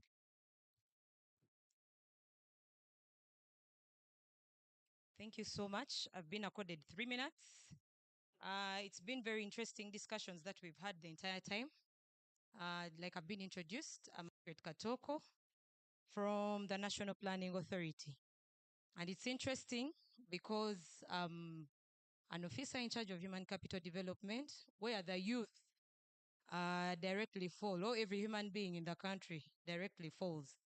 Now, I was tasked majorly to address some of the few things that we've been hearing from our different discussions. As you can see, I'm not very far away from the youth category, or I'm actually in the youth category because Commissioner Chateka said youth are between 18 and 30. And I'm not yet beyond that age group. But I'm also at the age where I don't say my age anymore. Yeah, as a woman. So, yeah, thank you very much for the very informative discussions. Number one, that I was a little bit disheartened by the way the youth were saying they don't want to hear NDP talk, they don't want to hear about the NDP 4, they don't want to hear about these documents of the Vision 2040. That's going to be the beginning point, the beginning point of my talk. Number one, you need the NDP. You need the NDP for the National Development Plan 4. You need it. Number one, for information. You have to know the investment areas. These people that you call corrupt, when you see them buying land somewhere or taking land somewhere, you just know that they read the NDP 4. At the moment, the NDP 4 is like the Bible it's like the planning document of the entire country, where what direction we are supposed to take as individuals and as a country for the next 5 years. So for you to say that you don't need it is a lie. Because you need it. You have to know where you have to invest your monies. If I get 3 million shillings, according to what the NDP4 says, the areas of interest, is it agro-industrialization? Is it tourism? Is it manufacturing? Then you begin to tailor your innovation towards some of those areas. It is also very important for us to listen the president's speeches. I know when the president's speeches going on, most of you are like, oh, this is free time for us to be doing our own things. No. When the president is speaking, you'll see that he has interest in particular areas like value addition of agricultural commodities. So you should pick interest in some of these areas as young people and as youth, so that you know which areas to invest in. 1 minute to go. Yes. So also another interest area that we have that we've been speaking about too much, cultural and creative industry, things to do with MDD, anything creative. Invest a lot of your resources and time in those areas. If you don't have the financial resources, at least invest time to know what things are developing from some of these areas, so that you grab the opportunities as and when they come, because this is where government is focusing its resources for the next 5 years. That's also another area. Another thing that a bit shocked me was how irrelevant we feel our A-level is. A-level is not irrelevant, ladies and gentlemen. It just needs a few reforms, which we are coming up with. We are in around 2028. We are going to be having a new curriculum, like you saw, the one of O-level, the one of senior 4. We are also trying to come up with one for senior 6. The one of O-level is up and running, but you don't expect very rigorous reforms, because when these rigorous reforms come, there's a way they are going to affect you, even you who are out of campus. They affect parents, they affect a number of people. So they are introduced in a slow but steady manner. Same is going to be, just a minute, same is going to be for the A-level curriculum. It's going to be also very much skills-based, and in one of our reforms, we are trying to see that 1 year of after senior 6, where you sit down in VAC and you're doing most probably nothing, you're going to be having to go for mandatory vocational and technical training. Everyone that has finished senior 6, that is one of the reforms that we are going to have. So we are not saying that we should also appreciate, because planning for too many people, we are about 43 million people now, 43 to 45 million people right now. So planning for them can be a little bit difficult, but the little effort is there, and step by step, I believe we shall get to where we want to be as young people. Thank you very much. Thank you very much, Margaret. Margaret says when you see people stealing land, those big people, you know they read the NDP4. So I don't know if she's saying we should also steal land after reading. Oh, okay. Clarity is important. Ladies and gentlemen, our next expert will be Joanita Nsasire, a team lead at SEMA. Joanita, you're welcome. Joanita, as you come, allow me remind you, team leader, you have 3 minutes. Thank you.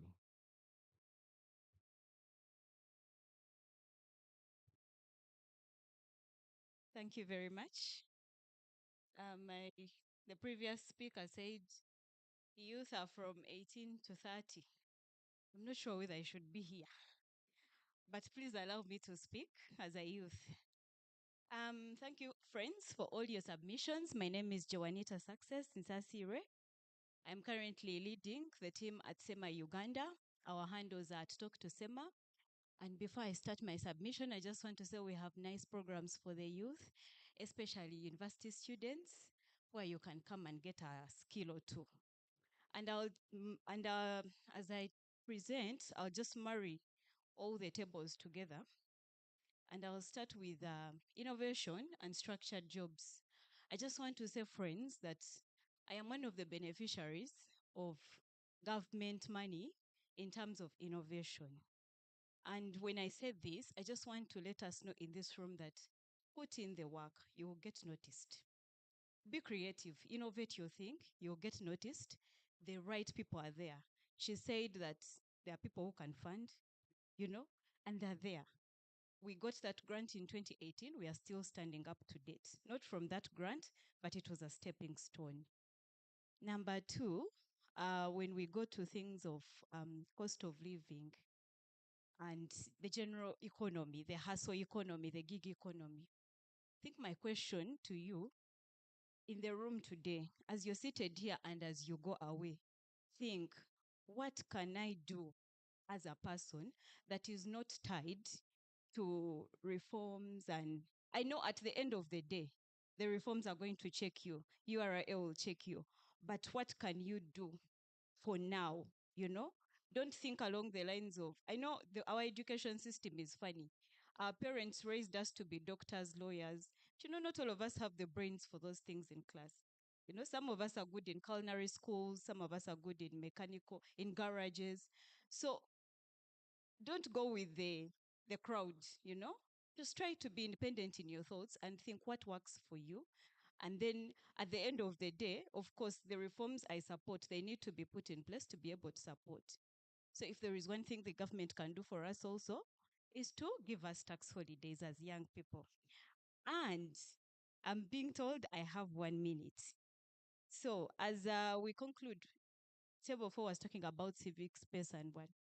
The other thing that I can say also is that as the youth, while we are trying to come up with organizations, CBOs and all that, I just want to let us know that working with the government is the best option. Not because I'm an NRM supporter, I don't even do politics, but try to create your work around working with the government, not against it. Stop going to newspapers and making noise. You don't help the Wananchi down here. You only help yourself. So as you're coming up with these solutions in civic space, try to find a way of working together with the government, and then you'll be able to be heard. You'll be in their spaces, they'll give you an audience, and you'll be able to create real solutions for the problems down here. Okay. And as we are in school, lastly, finally, as I conclude, some of us have just completed school, others are still in school. While you're there, if you can grab, even if you get me on social media or what, look for career guidance, you people. The things that we learn in school and what's outside here, totally different. If you can get someone and tag along and I want career guidance, please try to get it. And going to the question of education, please, in our education system, like the other gentleman said, I wish we can study theory in the morning and in the evening we have like Maggie Chigozi come and talk to us. We have like Jose Chameleon come and tell us about his musical art. That's the way to do these things. Otherwise, you can read books and they won't take you anywhere if you're not listening to real life stories of how people have created their art to finally reach where they are. Thank you very much.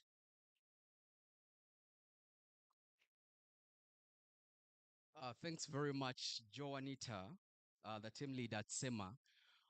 While we have conversations and discussions about how education is an important priority, from these discussions, you feel we need to do better. My next expert is pro, and I think will take back this message where it needs to go. Ladies and gentlemen, join me, welcome Tom Mulundu, a senior youth officer at the Ministry of Gender, Labor and Social Development, immediately after Joanita. Mr. Tom, you're welcome.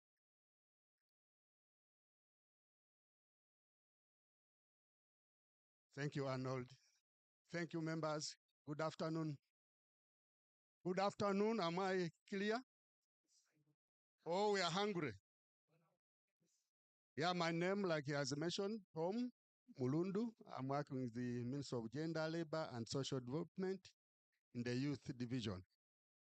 Now, I want to thank the organizers of this event. It has been really enjoyable. I was enjoying listening to ideas coming out from the youth. Very good ideas. I also work with the youth, somewhere in Kasese there, but also at the center in Kampala. Now, 3 minutes, I want to just speak, amplifying some of your points. They are really good points. I'll just pick a few of them. One I found where we are discussing, should the youth hustle harder or government should provide the jobs? There was one group this way, and there are good points coming in out there, but one, I want to say that the government has the overall mandate to create conducive environment like it came from some of you guys, to create an environment where people can get jobs, or they can do their own jobs, or they can create jobs themselves, self-employment. What has government so far done? We have if you have heard of YLP, Youth Livelihood Programs, there are now skilling programs, there is PDM, somebody talked of PDM money. All those funds are meant to give startup to some of the youth, the male, the female, to start their own, come up with ideas, be innovative, and create a job and earn. So government is trying to do all that. But also, this group talked of policy. Yes, policy is very important. What is our policy on innovation, on science and technology? We need to invest more there as government. If people are coming up with ideas, can we facilitate them? Remember this thing of COVID-19. The other doctor who came up with Covidex. Locally available raw material and came up with that churning liquid. Government should support such people who come up with ideas, who come up with innovations. So that's I support the idea of policy. We need policy which supports innovation, science, and technology, and research, of course. Research. All these things we need to research on them. We need research hubs for all this. Preparing the workforce, somebody talked of capacity building, that's true. Government, are there skilling centers for the youth? What's the problem with the youth today? Somebody talked with, they don't have jobs. But why? Because maybe they don't have skills. Why are they not employed? Maybe they have not got the education. And then somebody also talked, we don't have capital. So there are about several factors why we are not employed or self-employed. So all these, we need to have them in place. And as government is trying to work around all this, that's why they are now opening technical and vocational training centers all over. In the regional centers, we have, for example, Kasese, Gulu, Karamoja, Mbale. We have all that. So I agree, we need to have all this in place. Mindset change, somebody came from this side, very important. We should not just be looking at government. Government jobs are few. It employs just a little percentage of graduates. So we should come out of a graduation from university knowing we need to be job creators. So that mindset change, we should go at that point. It came out clearly, I think from her. Yes, very important. Creativity, very important. I heard somebody saying again, government should, from the human rights approach, yes. Subsidies should be reduced, affordable housing, tax waivers, yes. Government should support youth who are coming up with ideas, innovation, issues. Yes, these are the things we need, which are rolled forward to my experience. I thank you, Sebo. Round of applause to Tom. Yes, we we are closing.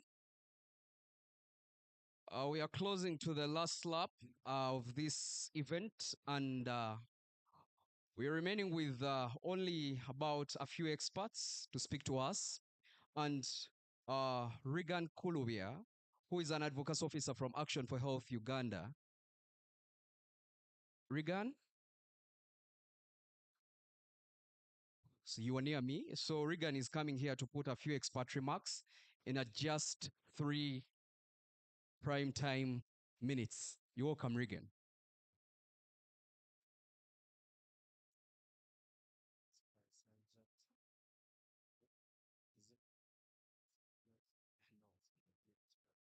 Yeah, thank you so much.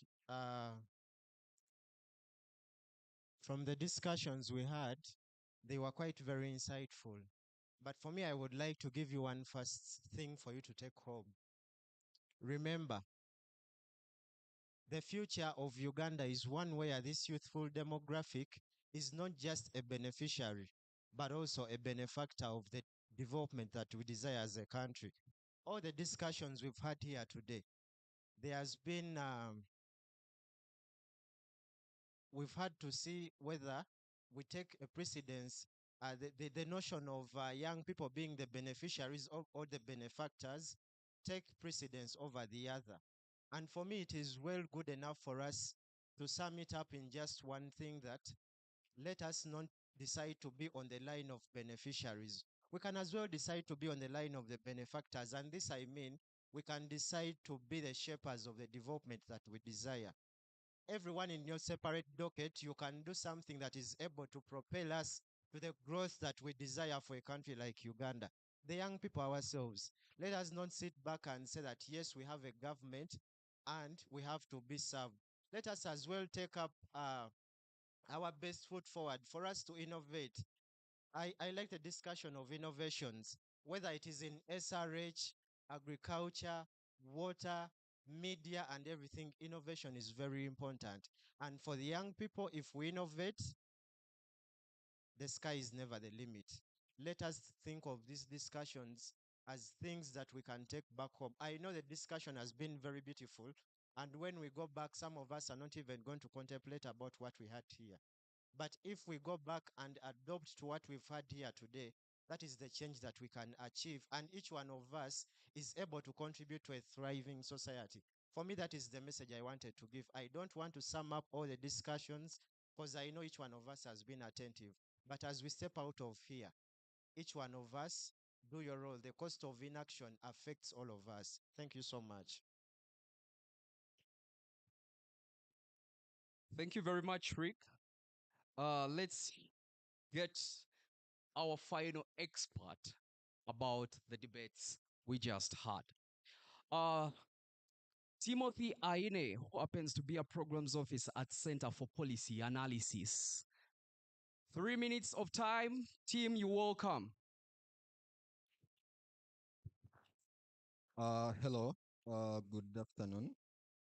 I'm not an expert really, and you know why. I'm Timothy Aine. I'm from the Center for Policy Analysis. It's a consortium of very many people that do work around what really happens in the public spectre, or in the public spectrum rather. But our inaugural program or flagship program is about the Parliament Watch. We do Parliament monitoring. Not to bore you already, because I think I have like 2 minutes left. Let me speak to the debate topic, education to work gap. And maybe I will want us to ideate together as I'm speaking, because I have very many questions than answers. So that's why I said I'm not an expert. Going back, 1997, the NRM introduced UPE. Then 2007, USE. Last year, in 2024, we had 144,000 students that completed A-level. But then that you realize that the 10% of that cohort went to the university. So we have a generation where 90% is dropped at the S6 level. And then we have Chambogo and let's say other institutions contributing to an amount of like a half of the 13,000 students that graduate from Makerere University. So that means that we have a percentage of like really 3 million Ugandans that you could say have undergraduate degrees. What does that speak to? You are talking about governance and stuff like that. For example, Cambodia. One day, Cambodia as a country woke up and said, these literate people are the people that have really messed up our country. And I don't know whether we are taking that direction as a country, but where you're seated, just know that you are really very few people with undergraduate degrees. What about the labor productivity post, for example, campus, right? Most of the time, for example, I'll give an example with built environment. You have a situation where the engineers registration board every single year, if you read their reports, there is shortage of engineers. Even when they are working on the SRG, they tell you we are short of engineers. So what is that speaking to our education? Could we, let's say, reference and go back to, let's say, Mamdani's, Prof. Mamdani's kind of theory, where, let's say, education has been more of like a commodification of sorts. It's a marketplace theory where you just pay tuition and study, but then there is no output. So who is then tracking the labor productivity of the people that have gotten out of campus? Yeah. Also, then move like a gaze for us to kind of reflect and maybe think through it. Who is representing the 90% of the people that drop out of school that do not have representation? Do we have their interests at heart? I don't think we do, because we are not part of them. That is what I think. I have really very many reflections, but like I said, I have very many questions to you as well, so that we can reflect and maybe get to a nexus of point and idea together as we carry forward. Yeah, thank you. Thanks very much, team. Ladies and gentlemen, let's clap for the people that have given us the expert insight from these debates. I want to tell you it's beyond the statistics, and we are live. And if you've been here since morning, you need to appreciate yourself. But most especially, you need to appreciate me because I've hosted you very well, I think. Thank you very much. That brings me to a point that when you see rain, usually in our African tradition, it means the day is quite a favorous or a blessed day. It means that we are not here in venom or in vain. We are here because our voices matter. You should be clapping for yourselves. Because if your voice matters, really, why don't you clap for yourselves? You should be. Once again, I want to thank the partners, Twaweza. I want to thank Action for Health Uganda. I want to thank the Media Challenge Initiative. I want to thank Switch Africa, who are doing the production and making sure that we have those snapshots that are going to be all over social media. So you can look for Switch Africa, Media Challenge Initiative, Twaweza. And I want to remind you that we are also live on the YouTube channel of Media Challenge Initiative. I want also to send my distinguished regards to Africa Freedom of Information Center. Thank you very much for seeing this happen, that we talk to the young people, that we hold the conversations that are very dear and cardinal, equally vital, our time as young people in this country. Yeah. So, as I told you, we are nearly crossing the Rubicon to see, like in a movie, you see those words when the movie is ending. Eh? We are nearly there. Don't get worried. Once again, I want to thank the people that hosted the debate. two award-winning journalists from Switch Africa, Divine Mercy Naranga and Joshua Mwesigwa. Let's give them one more round of applause. The production team from MCI and Switch Africa, thank you very much. You clap for people. Those people have your photos, they have your videos, and you don't want to clap for them? Thank you. Thank you very much. As I walk out or as I leave this stage for today's debate, I'm not the last speaker. I'll invite my last speaker. For me, the day has been about two divergent, but at the same time, two convergent views from duty bearers, or what you call stakeholders, and then ourselves, the young people. And from the stakeholders, this is what the young people said for amplification, that we need to redefine the policy. We need to look at things like the minimum wage. We need to implement the policies fairly.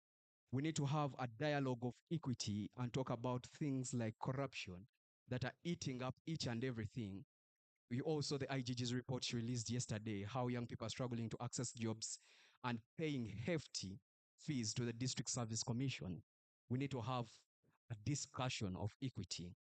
Also, the young people are saying we need to have a meaningful, intentional revamp of our curriculum that is intentional, not reactionary. I hope my friend from the National Planning Authority and Human Capital Development, you take that message there. And Tom, you take that message there. And also what the young people are saying, that focus on the areas that they dominate and work with them. So this is the other message, and this message is from the stakeholders or the duty bearers to the young people. One, they're asking for mindset change. They're asking us to keep grinding. I've been keeping time. Now someone is keeping my time, but I'm winding up. To put the leaders to account.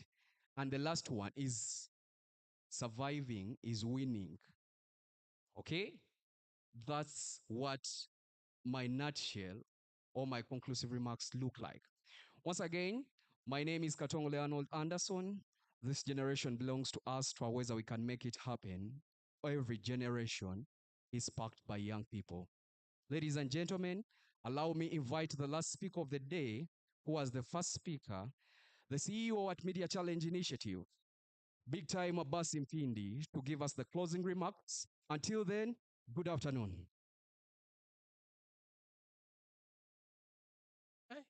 Clap for Katongo.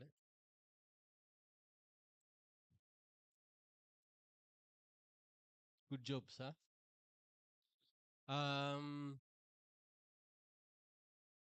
First, I'm not the last speaker. I've just come to invite you to eat food. So that I think that we're going to lunchtime, so I don't want you to think that I am standing in between you and your lunch. Please clap for yourselves. Thank you so much for, I was sharing someone, this is one of those events where we've had people sit and stay without moving. So the quick question that I want to get feedback from you is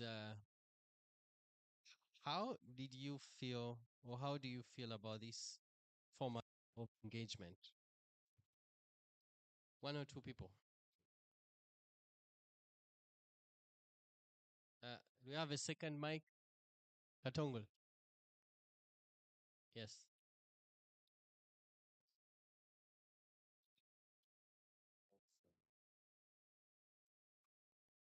Thank you so much. This has been beautiful, honestly. I am not someone who, I stopped debating professionally about 5 years ago because debates would end in arguments. Whoever wins, that is where it ends. But I love the concept of debating forward. You're going to think and you're going to come up with a solution. You're not writing another chapter of lamentations. So thank you so much. It has been beautiful and I love it. I hope we can do it more often. Thank you. Thank you. It has been a pleasure to be part of this. One, I've loved the presentations from almost everyone that has presented, but majorly Mr. Regan. who said that you should do is this Uganda is for all of us. And he said the cost of Also benefit. yes, and I love that so much. And even the other madam who said that Sasa, the presenter who said no. How do you feel about the format of engagement? Not the speakers. it was Speakers nice. were amazing. It was nice. Okay, perfect. Thank you. If there's any critical feedback that we know that what we have to change, but if there's any other feedback, please. Over there, I had some people talking there.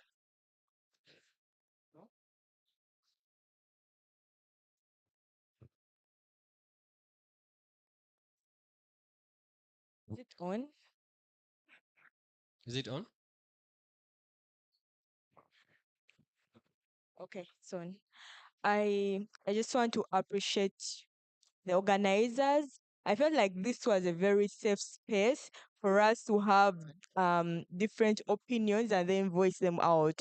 Usually when you go out there and you have an opinion that's different from the majority of the people, you kind of get scared of voicing it out. But then this was a very safe space, and yeah, I feel appreciative. And the fact that you listened and took back our feedback, it felt good to know that we are being heard. Thank you. Okay, thank you. Over there. This has been a very comfortable space. See, we have different opinions, and it's beautiful to listen to different opinions from different people. And I've not been in a debate that is as peaceful as this one in a long time, where we find solutions, Problems. where we find solutions to what we have actually talked about. So, if this can be a series, it would be a very good thing for all of us. Okay, thank you so much. So when we were starting, someone was asking me, "Hey, all right."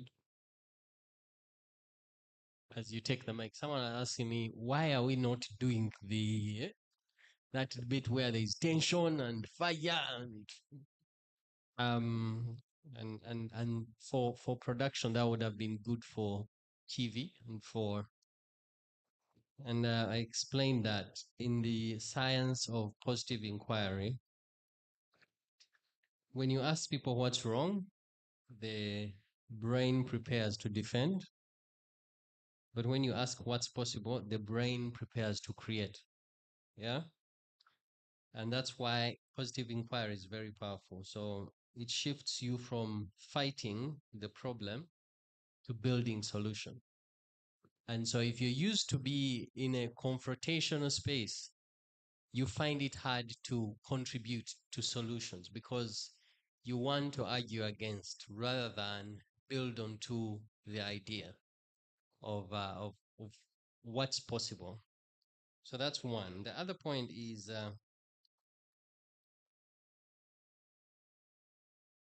the when we frame conversations only based on problems and deficit, what happens then? We create us versus them in most debates. And that takes away the collaboration and any form of like coming together. And so that's why most of the media debates end up being horse racing. That's why political conversations end up being us versus them. So what we wanted to create is to see if we can challenge ourselves to build onto each other's these statistics, but also build solutions around them. And these solutions can stay here. However, here's the last part. If we had done the usual debate, the chances are high that those who would have felt like they didn't win the debate would leave just feeling a little bit nasty. Like, eh. But now, the feeling is different because you are probably more hopeful around what you can do. And rather than if you listened the whole day, an argument against government or against a system. So then the question is, when you leave here, what do you take forward? How do you hold leaders accountable from that positive inquiry of what can work? Or this is not working. You can talk about what's not working by asking people what could work in an ideal situation, and you can go forward. There you invite people to broaden their cognitive thinking and also to see you in the same space. So our one is the commitment to, with our partners, to see if this model can be taken forward as a conversation. One of the things I really have to thank you for is we didn't prepare you for the format. We just said come, and I'm sure most of you are caught, and aware. But imagine we had given you this information. Imagine we had given you all this data and you consumed it and you prepared. Then we'd have had more magic. And I also have to thank our hosts and our MCs because they just fell into it this morning. So it means they've done really, really a great job. Please clap for them. So we have your names and contacts. Please, we will reach out when we have the next episode. What I can encourage you now to do most, because one of my colleagues was saying, there's a lot of phone use. Maybe the next one that we'll do will be a phoneless conversation where we will allow ourselves for like 3 hours to deep dive into this information without the clutter of WhatsApp and all the other.